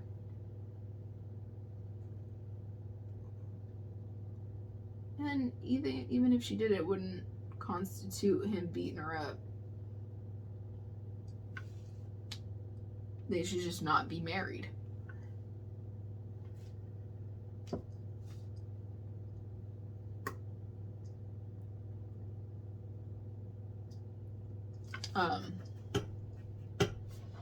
So he goes then to check out the bar and sees all of these trophies of Quill's marksmanship. He sees where the guns were kept under the bar,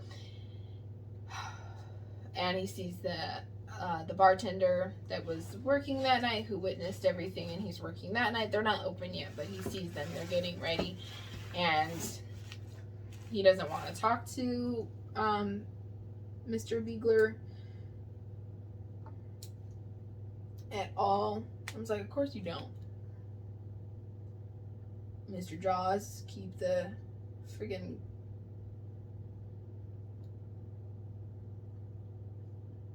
beaches open.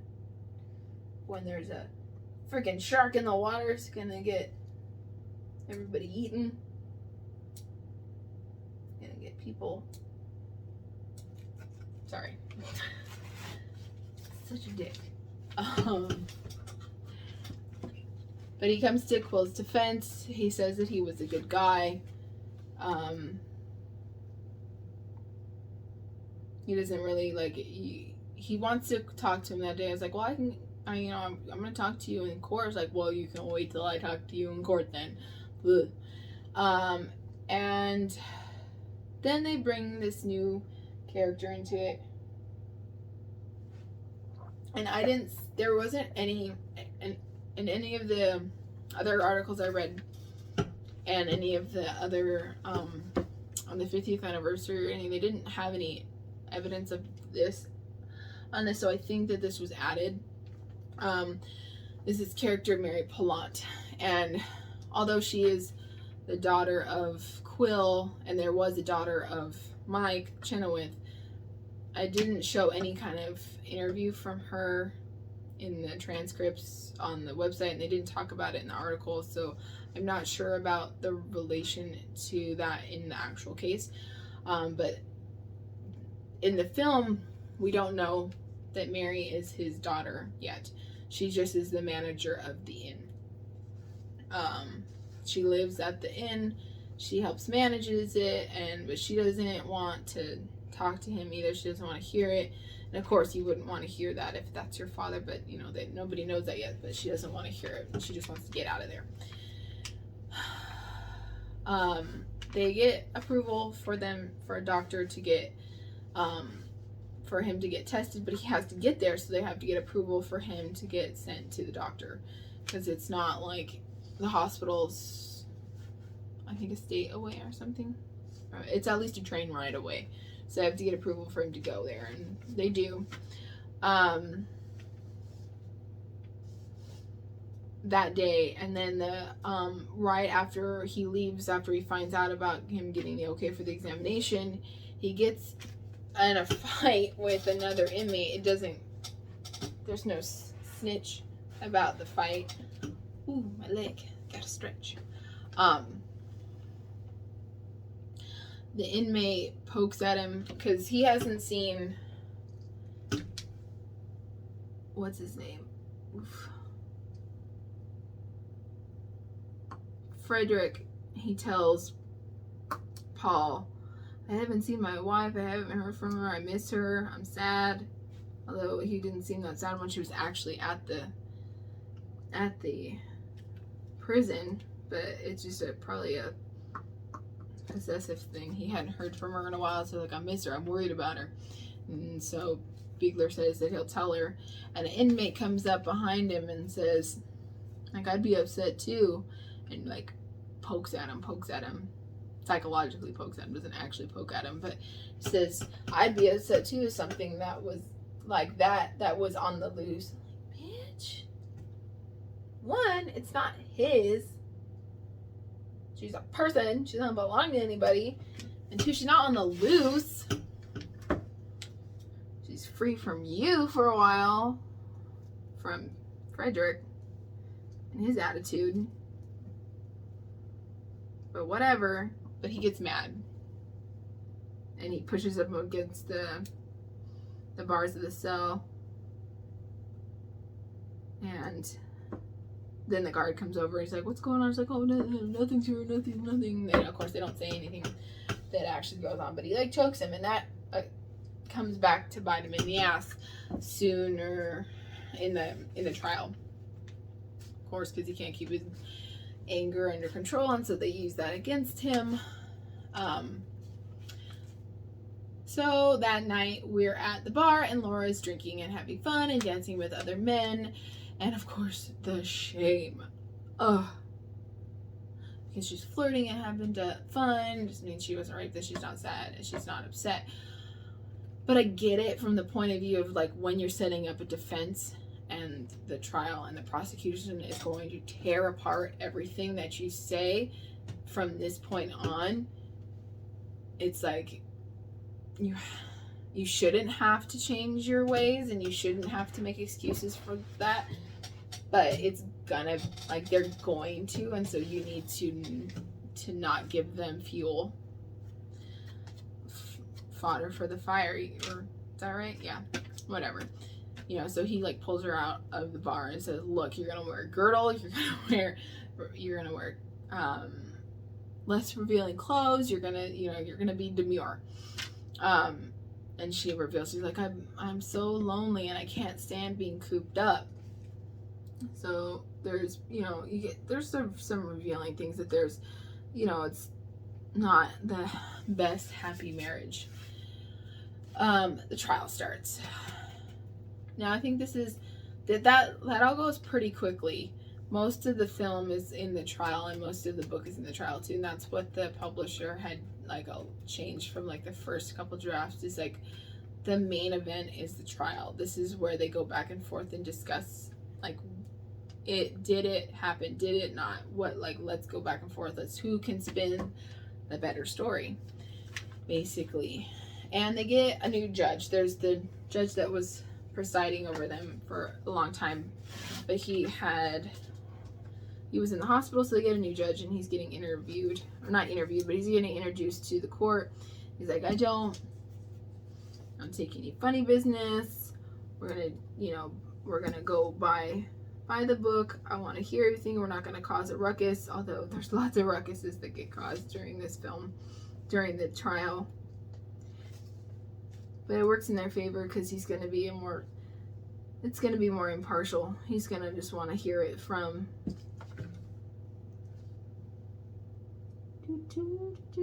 the evidence point of view, not just like who he knows. Although he does ask the jurors if anybody knows them, and they say no. But like I said, in reality, a lot of them did. Whew. And then they cut to him being examined by the doctor. And on their way back, they don't really show the examination, they show the after the fact. And Frederick takes some notes, and of course he has the actual diagnosis, but he takes notes as well. And he says that he was suffering from dissociation reaction, irresistible impulse, and you're still figuring about like the right and wrong of the situation, because it's like he still knew what was right from wrong, and even though he would know from right and wrong, he didn't really have a choice in that matter. Like even though he knew it was wrong to kill him, like he at that point he did not have like control over his trigger finger in that moment. It was like this trans like state taking over, which is then and can be the insanity plea. But the thing with the insanity plea is that did you know it was right? Did you know it was wrong at the time? But the thing with irresistible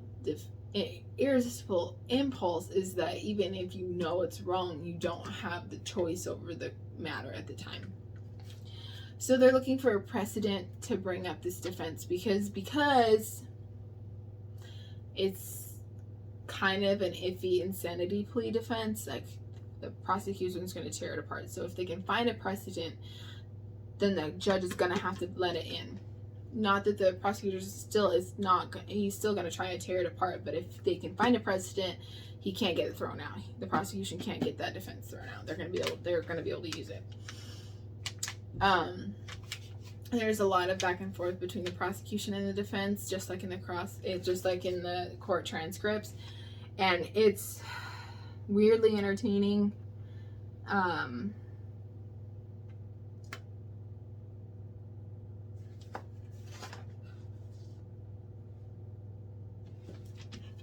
Shoot, 1 second, guys. Oh, it is Rosemary. Shoot, for a second, I thought I started tracing the wrong letter, and I almost had a heart attack, and I was gonna have to start over. Or no, I was gonna have to finagle an L out of an R. But we're good. Crisis averted. I can keep going. Okay. Hee hee. Ignore my ranting. Sometimes.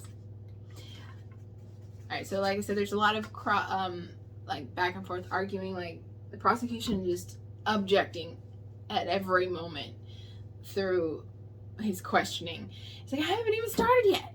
Like, how are you gonna object over this? I haven't even started yet. I don't even know. You don't even know where I'm going with it. When he would like start his questioning, which would make people laugh, of course. He'd want things stricken, and then he would say things. Mr. Beagler would say things that would get stricken from the record, and then the jury would say to disregard that. But then he came back to the table, and Frederick would say, well, how can you strike things from the record? How can they not? I was like, well, you can't.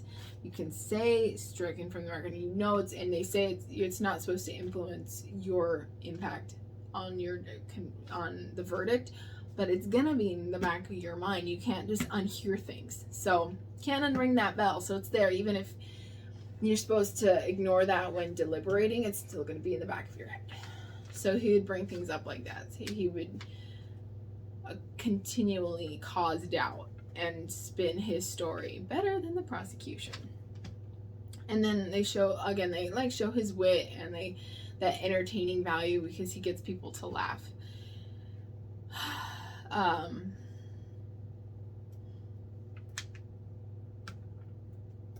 then they get to we went over this a little bit, but they go over they get to the bartender's testimony, and questions him that Frederick was calm and deliberate, and he was in control of his faculties, and he was just like he was getting the mail. And he tried to stop him. This was in the real case too. He tried to stop him as he walked out of the bar, and he said, "You try and stop me? You want one in the head too, or do you want one? Do you want one too?" Although if he had emptied the gun, there wouldn't have been one for him to shoot him with.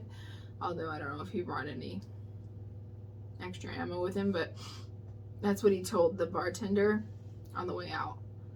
He doesn't remember it. He says he doesn't remember saying that, but the bartender says he said that. And that goes for the prosecution, saying that he knew what he was doing that night and he was in control of his faculties because he confronted and threatened the bartender as he was leaving.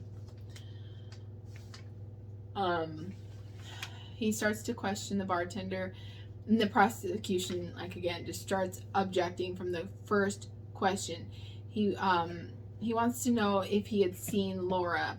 Did Quill leave? And how was he acting when he came back?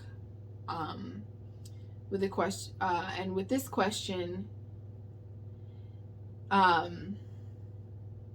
he now doesn't understand the good old Barney. He was just good old Barney. What do you mean?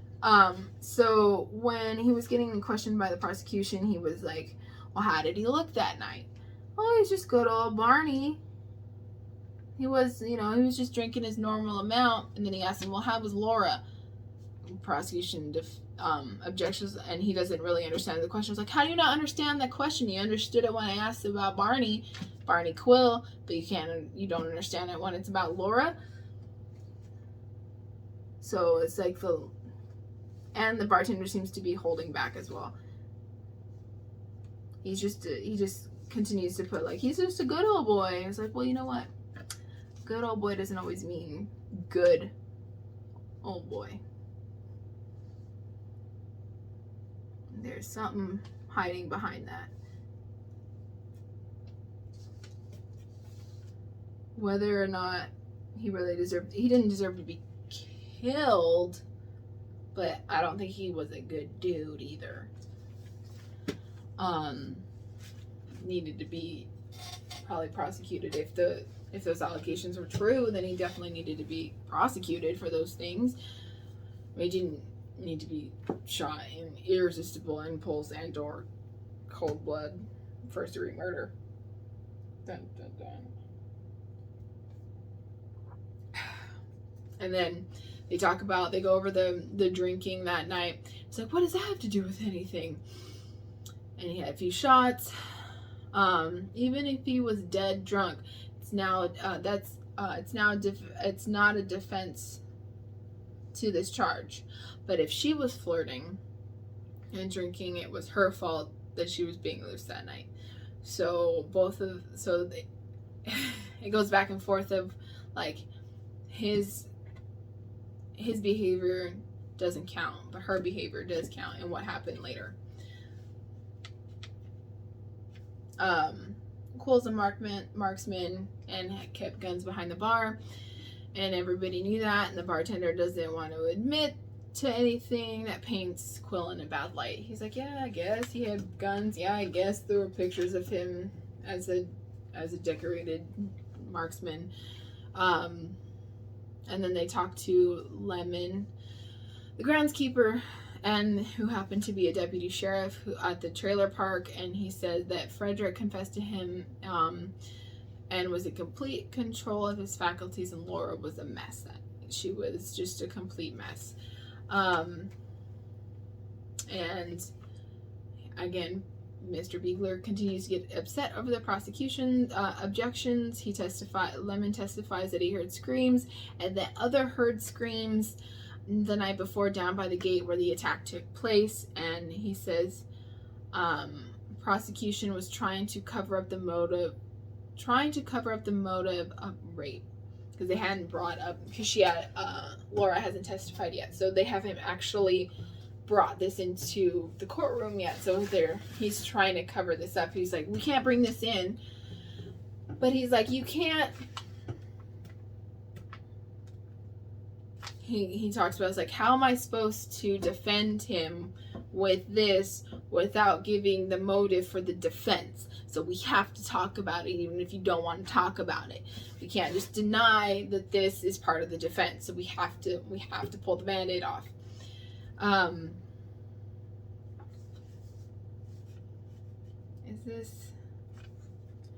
Can't find a better word.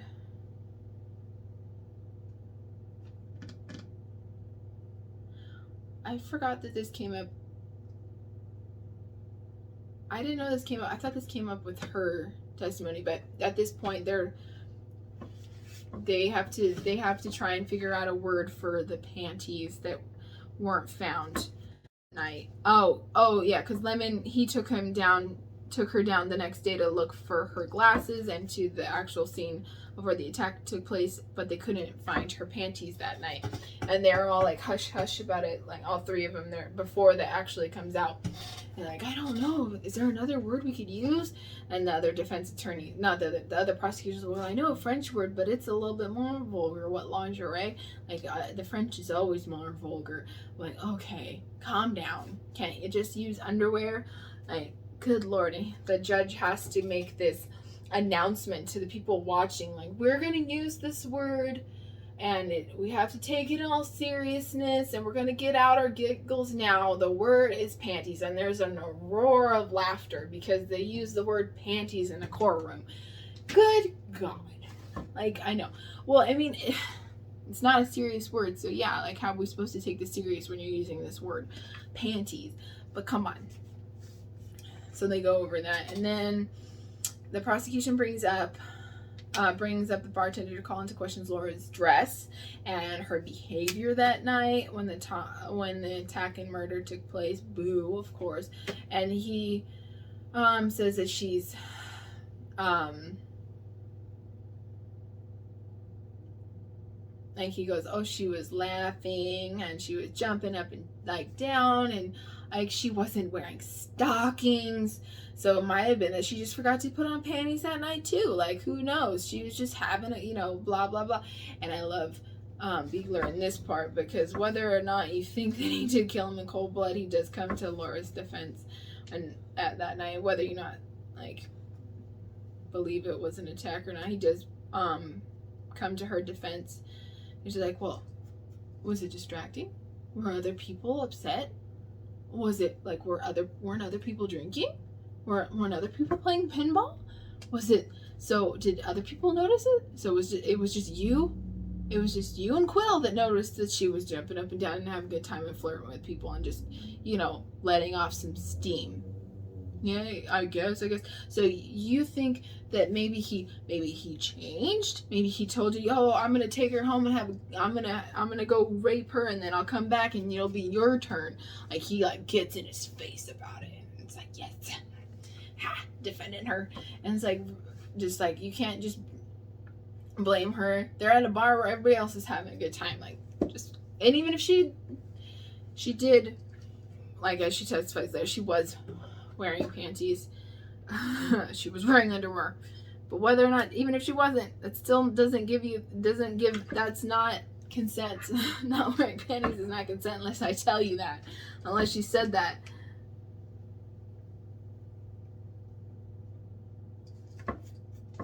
And even if it was consensual, she was still in an abusive relationship to the point where she had to lie about it because she was afraid she was going to be beaten more for it by her husband. So it's an all-around bad situation.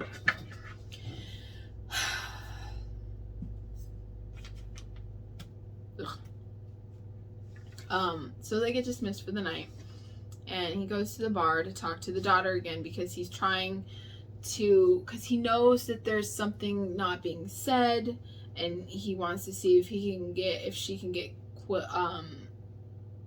get her to talk to him about Quill, and say anything to the bartender. And she's really standoffish at first, but comes around, they start talking, and the bartender is still like wants to protect this good old boy. And of course, he's the mayor of Jaws, so I'm gonna protect the beaches too. Blah blah blah. I mean, I know we should protect the beaches, but we gotta protect the bathers from the sharks as well.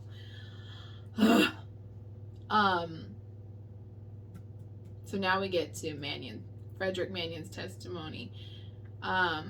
He said that she was hysterical, and she swore on rosary that rape had occurred, and if he can get her to tell him, oh, wrong way.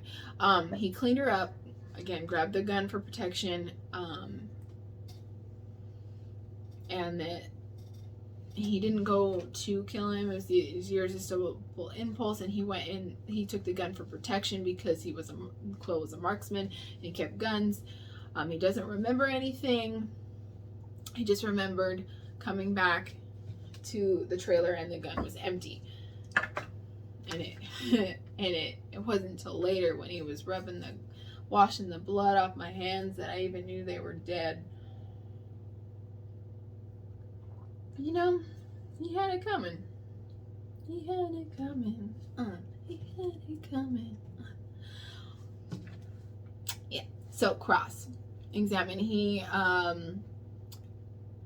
passed killing. Past killing comes into question. Sorry. Sometimes my notes are a little bit cryptic. Even for myself. I write it in like shorthand sometimes, and then I forget what I meant by it. The cross-examination from the prosecution brings into his wartime killings. So like, well, you haven't been treated for any psychological traumas during your war, but how often did that really happen anyway? I mean, we're still having difficulty treating our veterans for what they deal with over there, and this is World War II Korea time. So, I mean, not that they didn't, but it was a lot. I mean, we still have trouble talking about it. So you think he was gonna even if there was an issue, you think he was gonna talk about it then? I doubt it.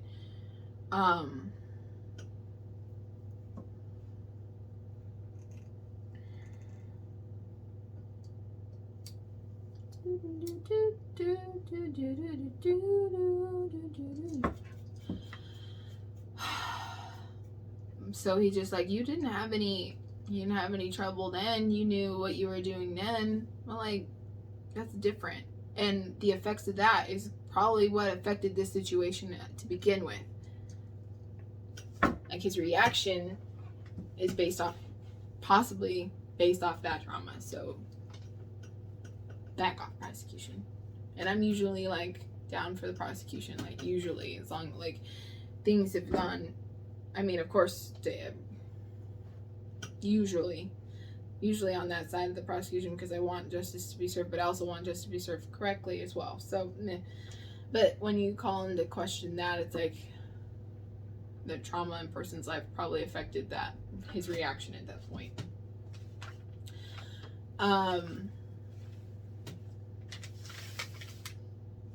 And then, so we get into Laura's testimony, and she says that when he came back that she, I just messed up my notes. There it is. That when he came back that he said, I think I killed Barney Quill. I think. Not that I know that I did, but I think. And she said, well, you have to go to Mr. Lemon. And he had forgotten about, that he had totally forgot that Mr. Lemon was a deputy sheriff, and he went straight to him and confessed. And the dog was a witness to the case. So when they were talking in the car, she said that when he had attacked her, he had thrown the dog out of the car, and she was running all around trying to get back in. And then when he was finished and let her out, that the dog was back in the car. So at some point, like maybe she blocked out too, that he had put the dog back in the car.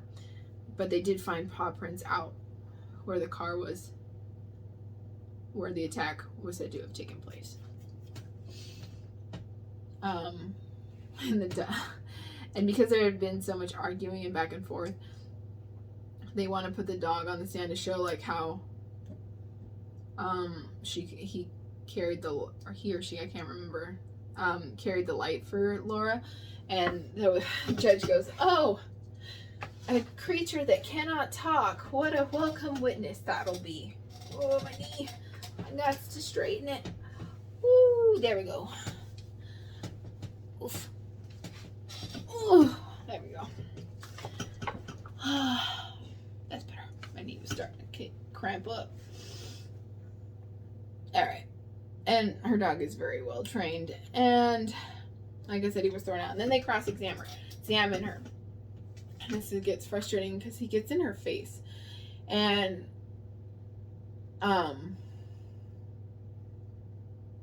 they bring up her past. And they bring up, like, why would you swear on rosary? You're a good Catholic, right? And she's like, well, like, the religion is something to her, but she had been married before and gotten divorced and then got remarried. So in the eyes of the Catholic Church, that like she's not a good Catholic, but like the religion does mean something to her. So swearing on rosary would mean something to her. But he says, oh, well, you're not a good Catholic because of the divorce, so, you know, you can't really swear on that rosary, which is like, well, it means something to me. And he just starts taking her apart because she had gotten divorced and they got married like 3 days apart. But I believe that her first husband was in the war as well. And like they just, which is funny, this kind of comes up in the next case I'm doing too. Just like they got divorced. I don't know if it was an affair thing. I don't think it was an affair thing. It might have been, but it just wasn't a fit. I mean, it might have been. Oh, they knew. That's right. Sorry, I forgot. They knew each other. So it might have been an affair thing, but even if it was, it still doesn't mean she's lying at this point. He's just trying to take apart her character. Ow. My knee. And she was afraid. Oh, her story, besides, like, she said she decided to go home because he had been nice and she didn't want to, like, feel like she was taking advantage of his hospitality at the bar, and the fact that he said that the bears were out that night, so it was safer if she got a ride. And I was like, oh, well, you had seen the bears, that you were scared from them? You weren't scared to walk there. It wasn't dark when she walked there. You walked home before, you weren't scared then. Like, why is that? Why is that? Why are you, like, they just, like, picking at everything is what they do, of course. But, like, he really gets in her face about it. Like, she's not, I don't think she was really ready for that, for them to take her apart like that. And trying to just make it her fault or get her to admit that it was consensual. But she just kind of starts to crumble. She doesn't admit anything. She just starts to crumble. And she says, like, she was afraid to make Quill think that she didn't like him or that she wasn't appreciative of his hospitality. Like, fuck that. Go get eaten by a bear. No, don't get eaten by a bear. But he was in no shape. Even with 8 to 10 2-ounce shots, he was in no shape to drive. So, the fuck? Don't get in that car with him. I'm not blaming you. I'm just saying. You probably would have had better luck with the bears. Because he would just drive you into a bear, apparently. Like, even if, like, there was no attack. Like, getting in, attack aside, getting in the car with the drunk person, not a good idea. But I'm not blaming the victim. That's all on him. He shouldn't have done that. And then it brings up, oh, maybe you weren't wearing panties that night. It's okay, you weren't wearing stockings, so you just forget. Yeah, you just forget to wear underwear. Or maybe you just didn't wear them that night. You didn't wear them that night, you know, whatever. It's, you know, you're fancy, footloose and fancy free.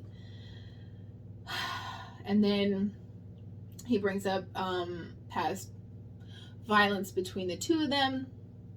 There was a lieutenant's ball, and she had been dancing with another man, and Frederick had gotten jealous, and he made a huge scene, and he had slapped her in front of everybody. And so he brings up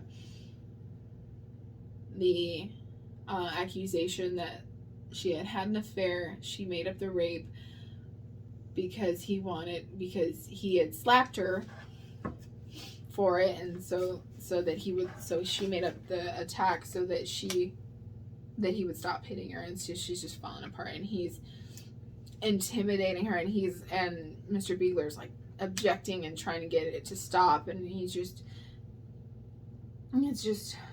it's a pretty intense point in the film. It's very irritating to like, stop it. And even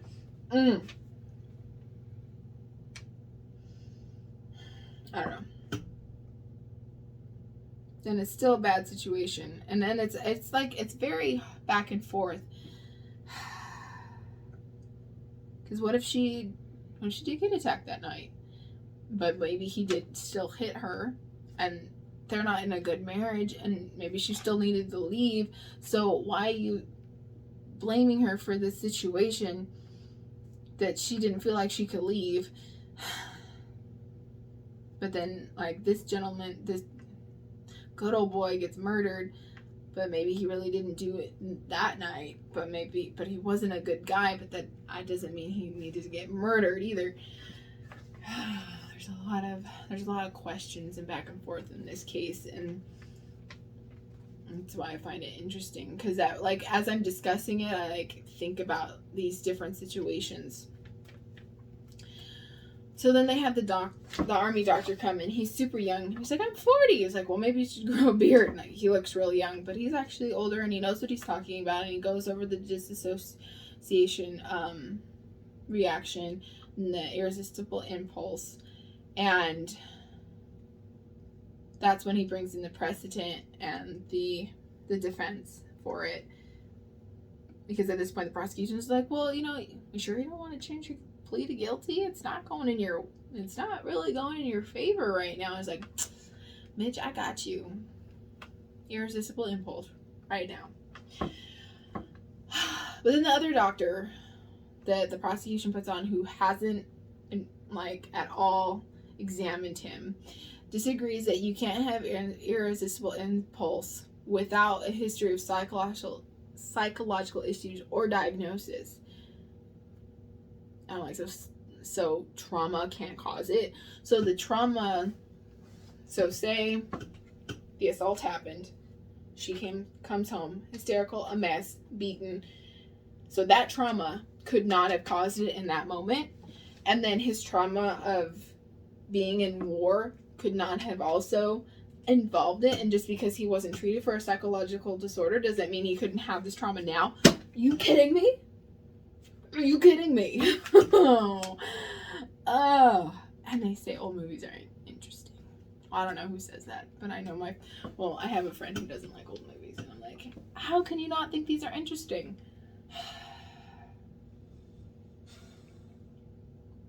You know who you are if you're watching this.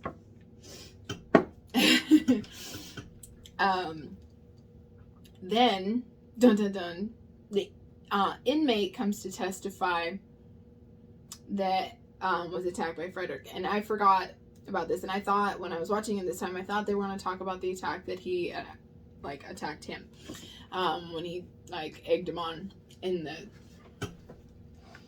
at the jail, but it was something else. And it sounds like a lie, especially the way that the guy reacts, but maybe it is true. They bring him in to show about his anger. He's the inmate says that Frederick said, "I fooled everybody." He bursts out, "You're a liar." Frederick bursts out, "You're a liar." He said, "Well, once I get out of here, I got everybody fooled, and once I get out of here, I'm going to kick that bitch to kingdom come." Sir. Not cool.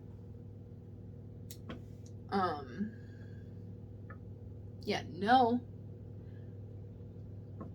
But I don't know if he would actually say that, or that guy was just trying to get back at him for beating him up. Because he seems like a better con man than that.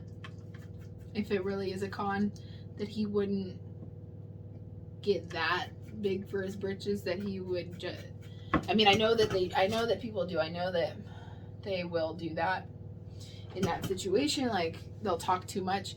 But he seemed pretty clammed up. He didn't even want to talk to his lawyer very much about it. So I don't know if he would really talk to an inmate that he doesn't like, that he had beat up.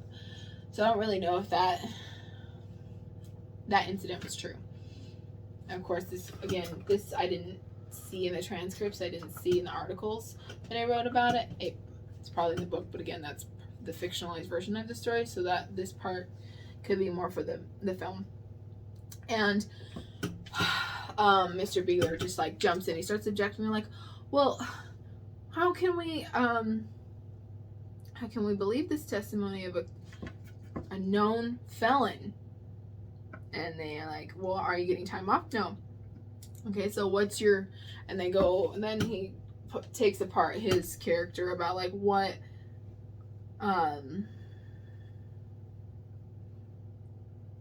what his convictions were, and it's arson, indecent exposure, peeping, and he doesn't want to and the dude's like, "Those things just happen, right? You know how those go." He's like, "It's not a big deal." He doesn't admit to them. He denies it. It's the situation. He got set up. He got a bad rap. People took it too personally. It wasn't, and none of it was his fault. So he's a good guy, right? And then the prosecution continues to imply that Frederick beat his wife, and that it really was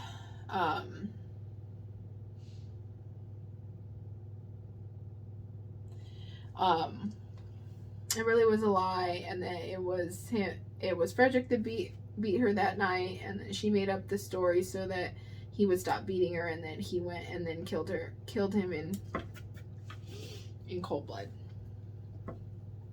So Mr. Beegler knows. He had kept trying to get Mary Polant to come and listen to the testimony, especially of Laura and Frederick, to see look, I know. And he doesn't, at this point, I think at the first point they didn't know, and then he finds out before that she was his daughter. And so he's like, "I know you don't want to believe that about your dad, but you got to come and listen." So she comes and listens to all of that, what's going on. And it starts to put doubt in her mind, she still loved him, and he took care of her family, her mom. She's a child out of wedlock, but he always took care of them. So it was hard to believe that he would do such a thing. But as listening to everything, she starts to change her mind that, like, maybe Mr. Beegler goes to her and is like, I believe, people aren't all good or all bad, and he may have done these things for you, but I think he also did bad things. So please just come and listen. And she does, and so it starts to put doubt in her head, and so she starts to think, and this is the turn in the case, is that she finally agrees to come and testify. And the fact that she found something very important.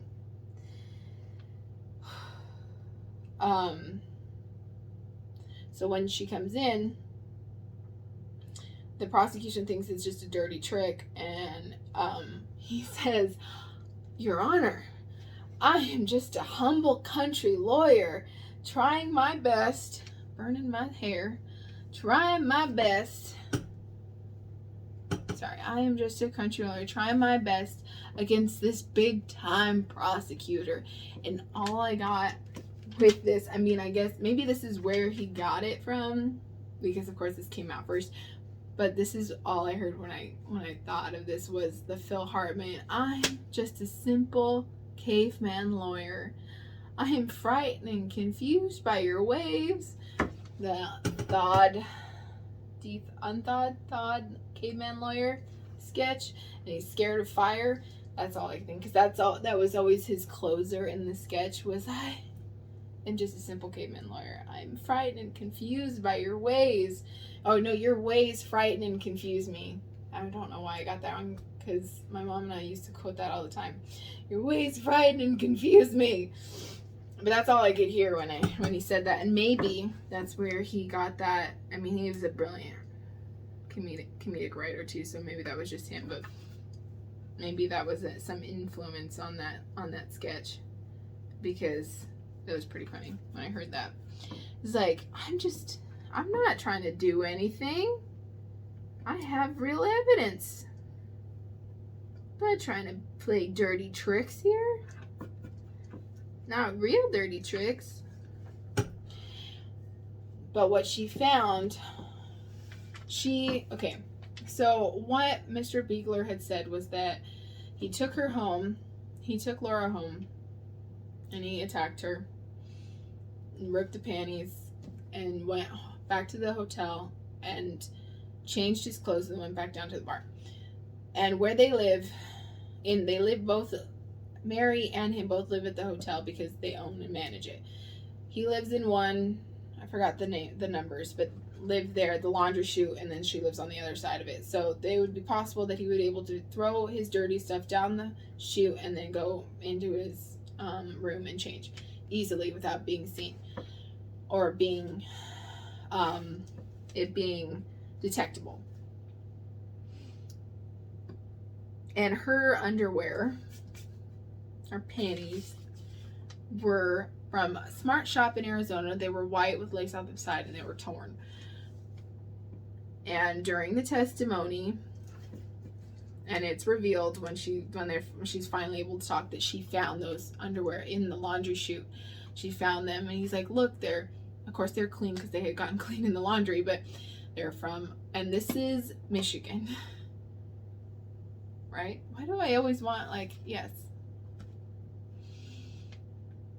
Not Arizona, so it's very far away. I mean, I know it's an inn, so there could be other. Yeah. This is Michigan. It's a long way from Arizona. Yes, it's an inn, so there could be travelers. But to have the same white lace panties from a smart shop in Arizona that Laura testified to, that those were the ones that she was wearing that night, that were found in the laundry chute. It's kind of hard to say that, after that it didn't happen that way. I mean, the prosecution can say that maybe he just took him as a souvenir from his conquest, but maybe they were just still in his car, and so he had to get rid of them because he ripped them off of her.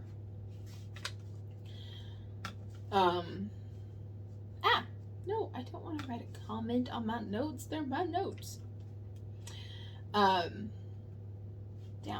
There we go.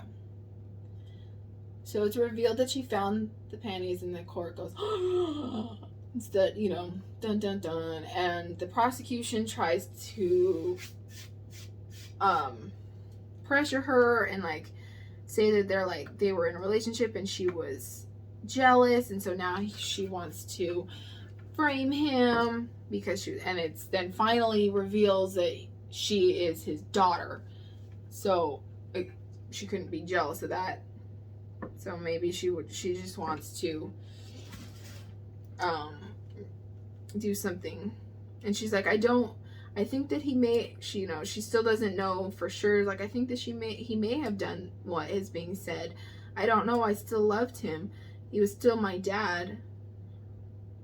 It's still hard to say, but I know I found these and I need to bring them in. So that's the ending note. They don't go over the closing arguments in the film. It just cuts to them waiting. He's playing some jazz on the piano. And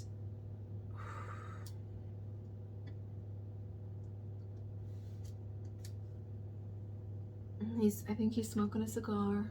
Or maybe that's just me creating that. I know they're drinking some scotch. And they're just waiting for the jury to come back, and he's kind of doubting himself. He says that the prosecution's closing argument were the best he'd ever heard, and his secretary was like, I liked yours better. And they're just kind of reminiscing on everything, and they're just serious and somber moment as he plays the piano and they wait. And some things I didn't go over, like in the movie, that don't really pertain to the case, is that his friend, who is also a lawyer, is the alcoholic, and he like tries to get him to sober up to help him with the case because he loves him and he wants to help him. And his secretary is a well-known actress too, and I forgot. Let me see. Hold on. I like her too. She's funny.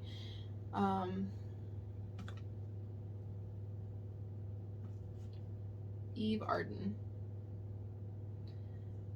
Rutledge. Yeah. I like her.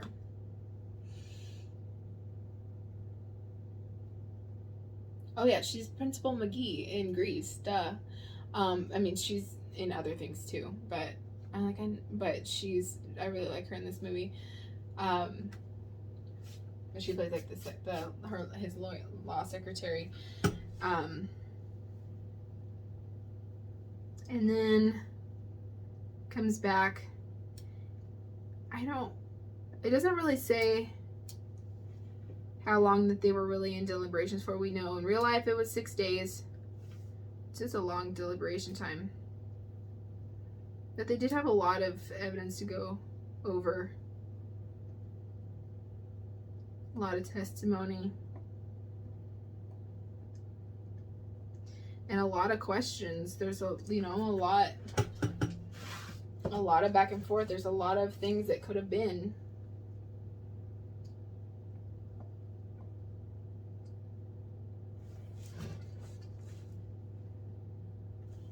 Hold on. Trying to curve this. There we go.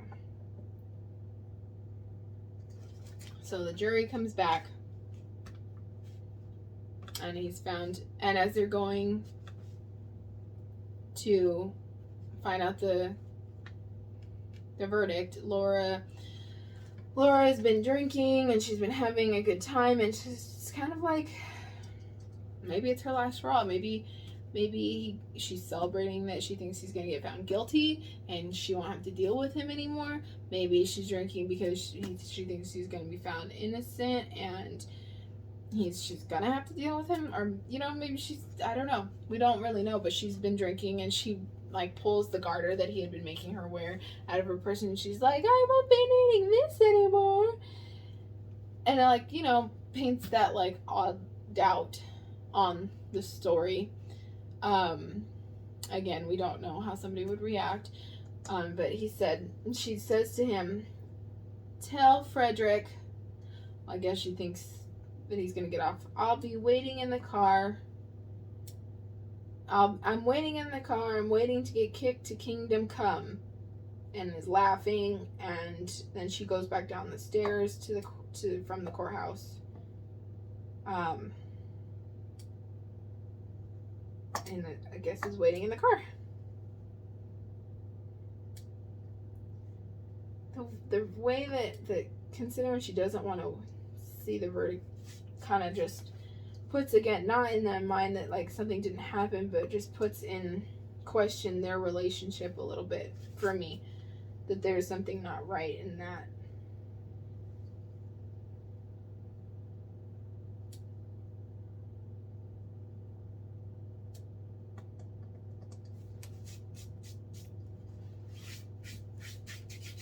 Okay. And then it's found, just like in real life, not guilty by reason of insanity. And the last scene is they are driving to get their promissory note so that they could get paid, because they've been doing this basically pro bono, get paid after the fact. I guess it's not actually pro bono work because they were going to get paid, but they were working on the promise to be paid. And he pulls up to the trailer park and he finds that their trailer is gone and there is a mess, and Lemon's there trying to clean it up. And he goes, "Man, they left in a hurry. She was crying." So see that again, there's something wrong in that relationship anyway, but. And he said, "He left this note for you guys." And he opens it. The two lawyers, Mr. Beagley and his friend, they're there. And he says, "I'm sorry. I was seized by an irresistible impulse." And then, I guess he was, I don't know, they never show this part, but the other lawyer says, never saw a gin drinker I could trust. So apparently at some point, they didn't really say that, but I guess he was a gin drinker, or maybe she was a gin drinker and I couldn't. So there's like, never saw a gin drinker I could trust.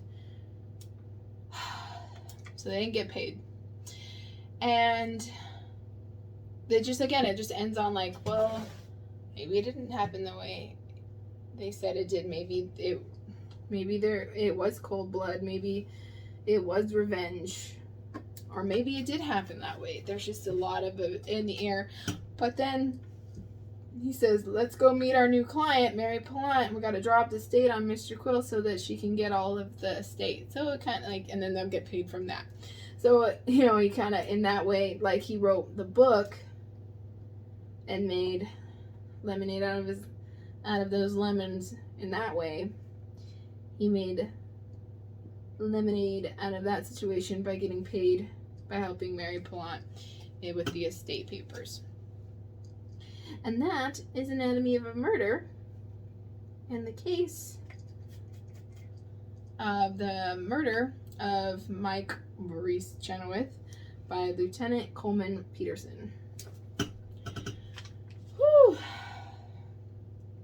So it looks like we will be doing a two-parter on this craft today. I'm going to finish up this one, so this part, so at least 2 of the lines will be done. And then the next week we will finish it up with the next case. And that one's a longer case, so I'll have a little bit more time to get through everything. And I'm sticking with a kind of a Halloween theme because I'm sick of summer. It's finally starting to cool down here. Like, we were real hot for a while. Like, I couldn't take the dog out. I couldn't take Forrest out after 10 o'clock in the morning because it'd be too hot. Which is really hard when you work till 2. But she gotta go.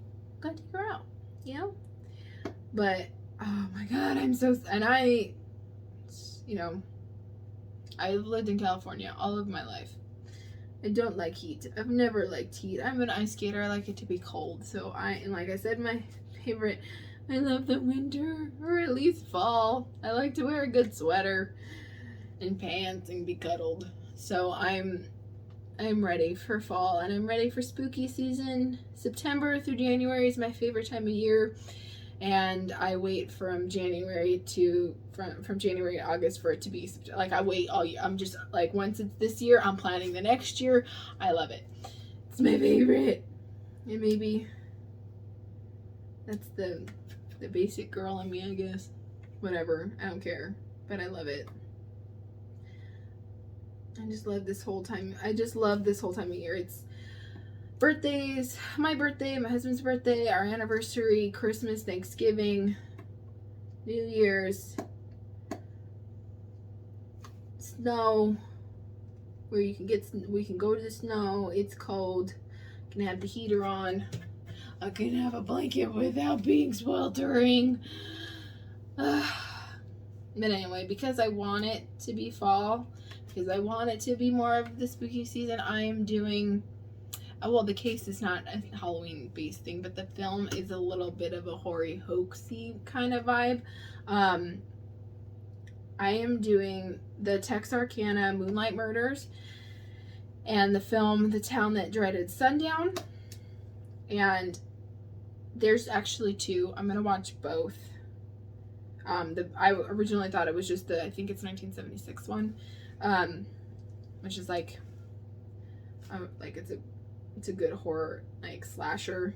It's one of those B slasher ones, and it says it's true story, but they got in trouble for that because it's really not based on it is based on a true story, but it's really, like, they take some liberties with it. But the case itself is still unsolved, and it's scary and gruesome, and the film itself is kind of Halloween-y themed. So I definitely want to, I'm doing it to get into that vibe.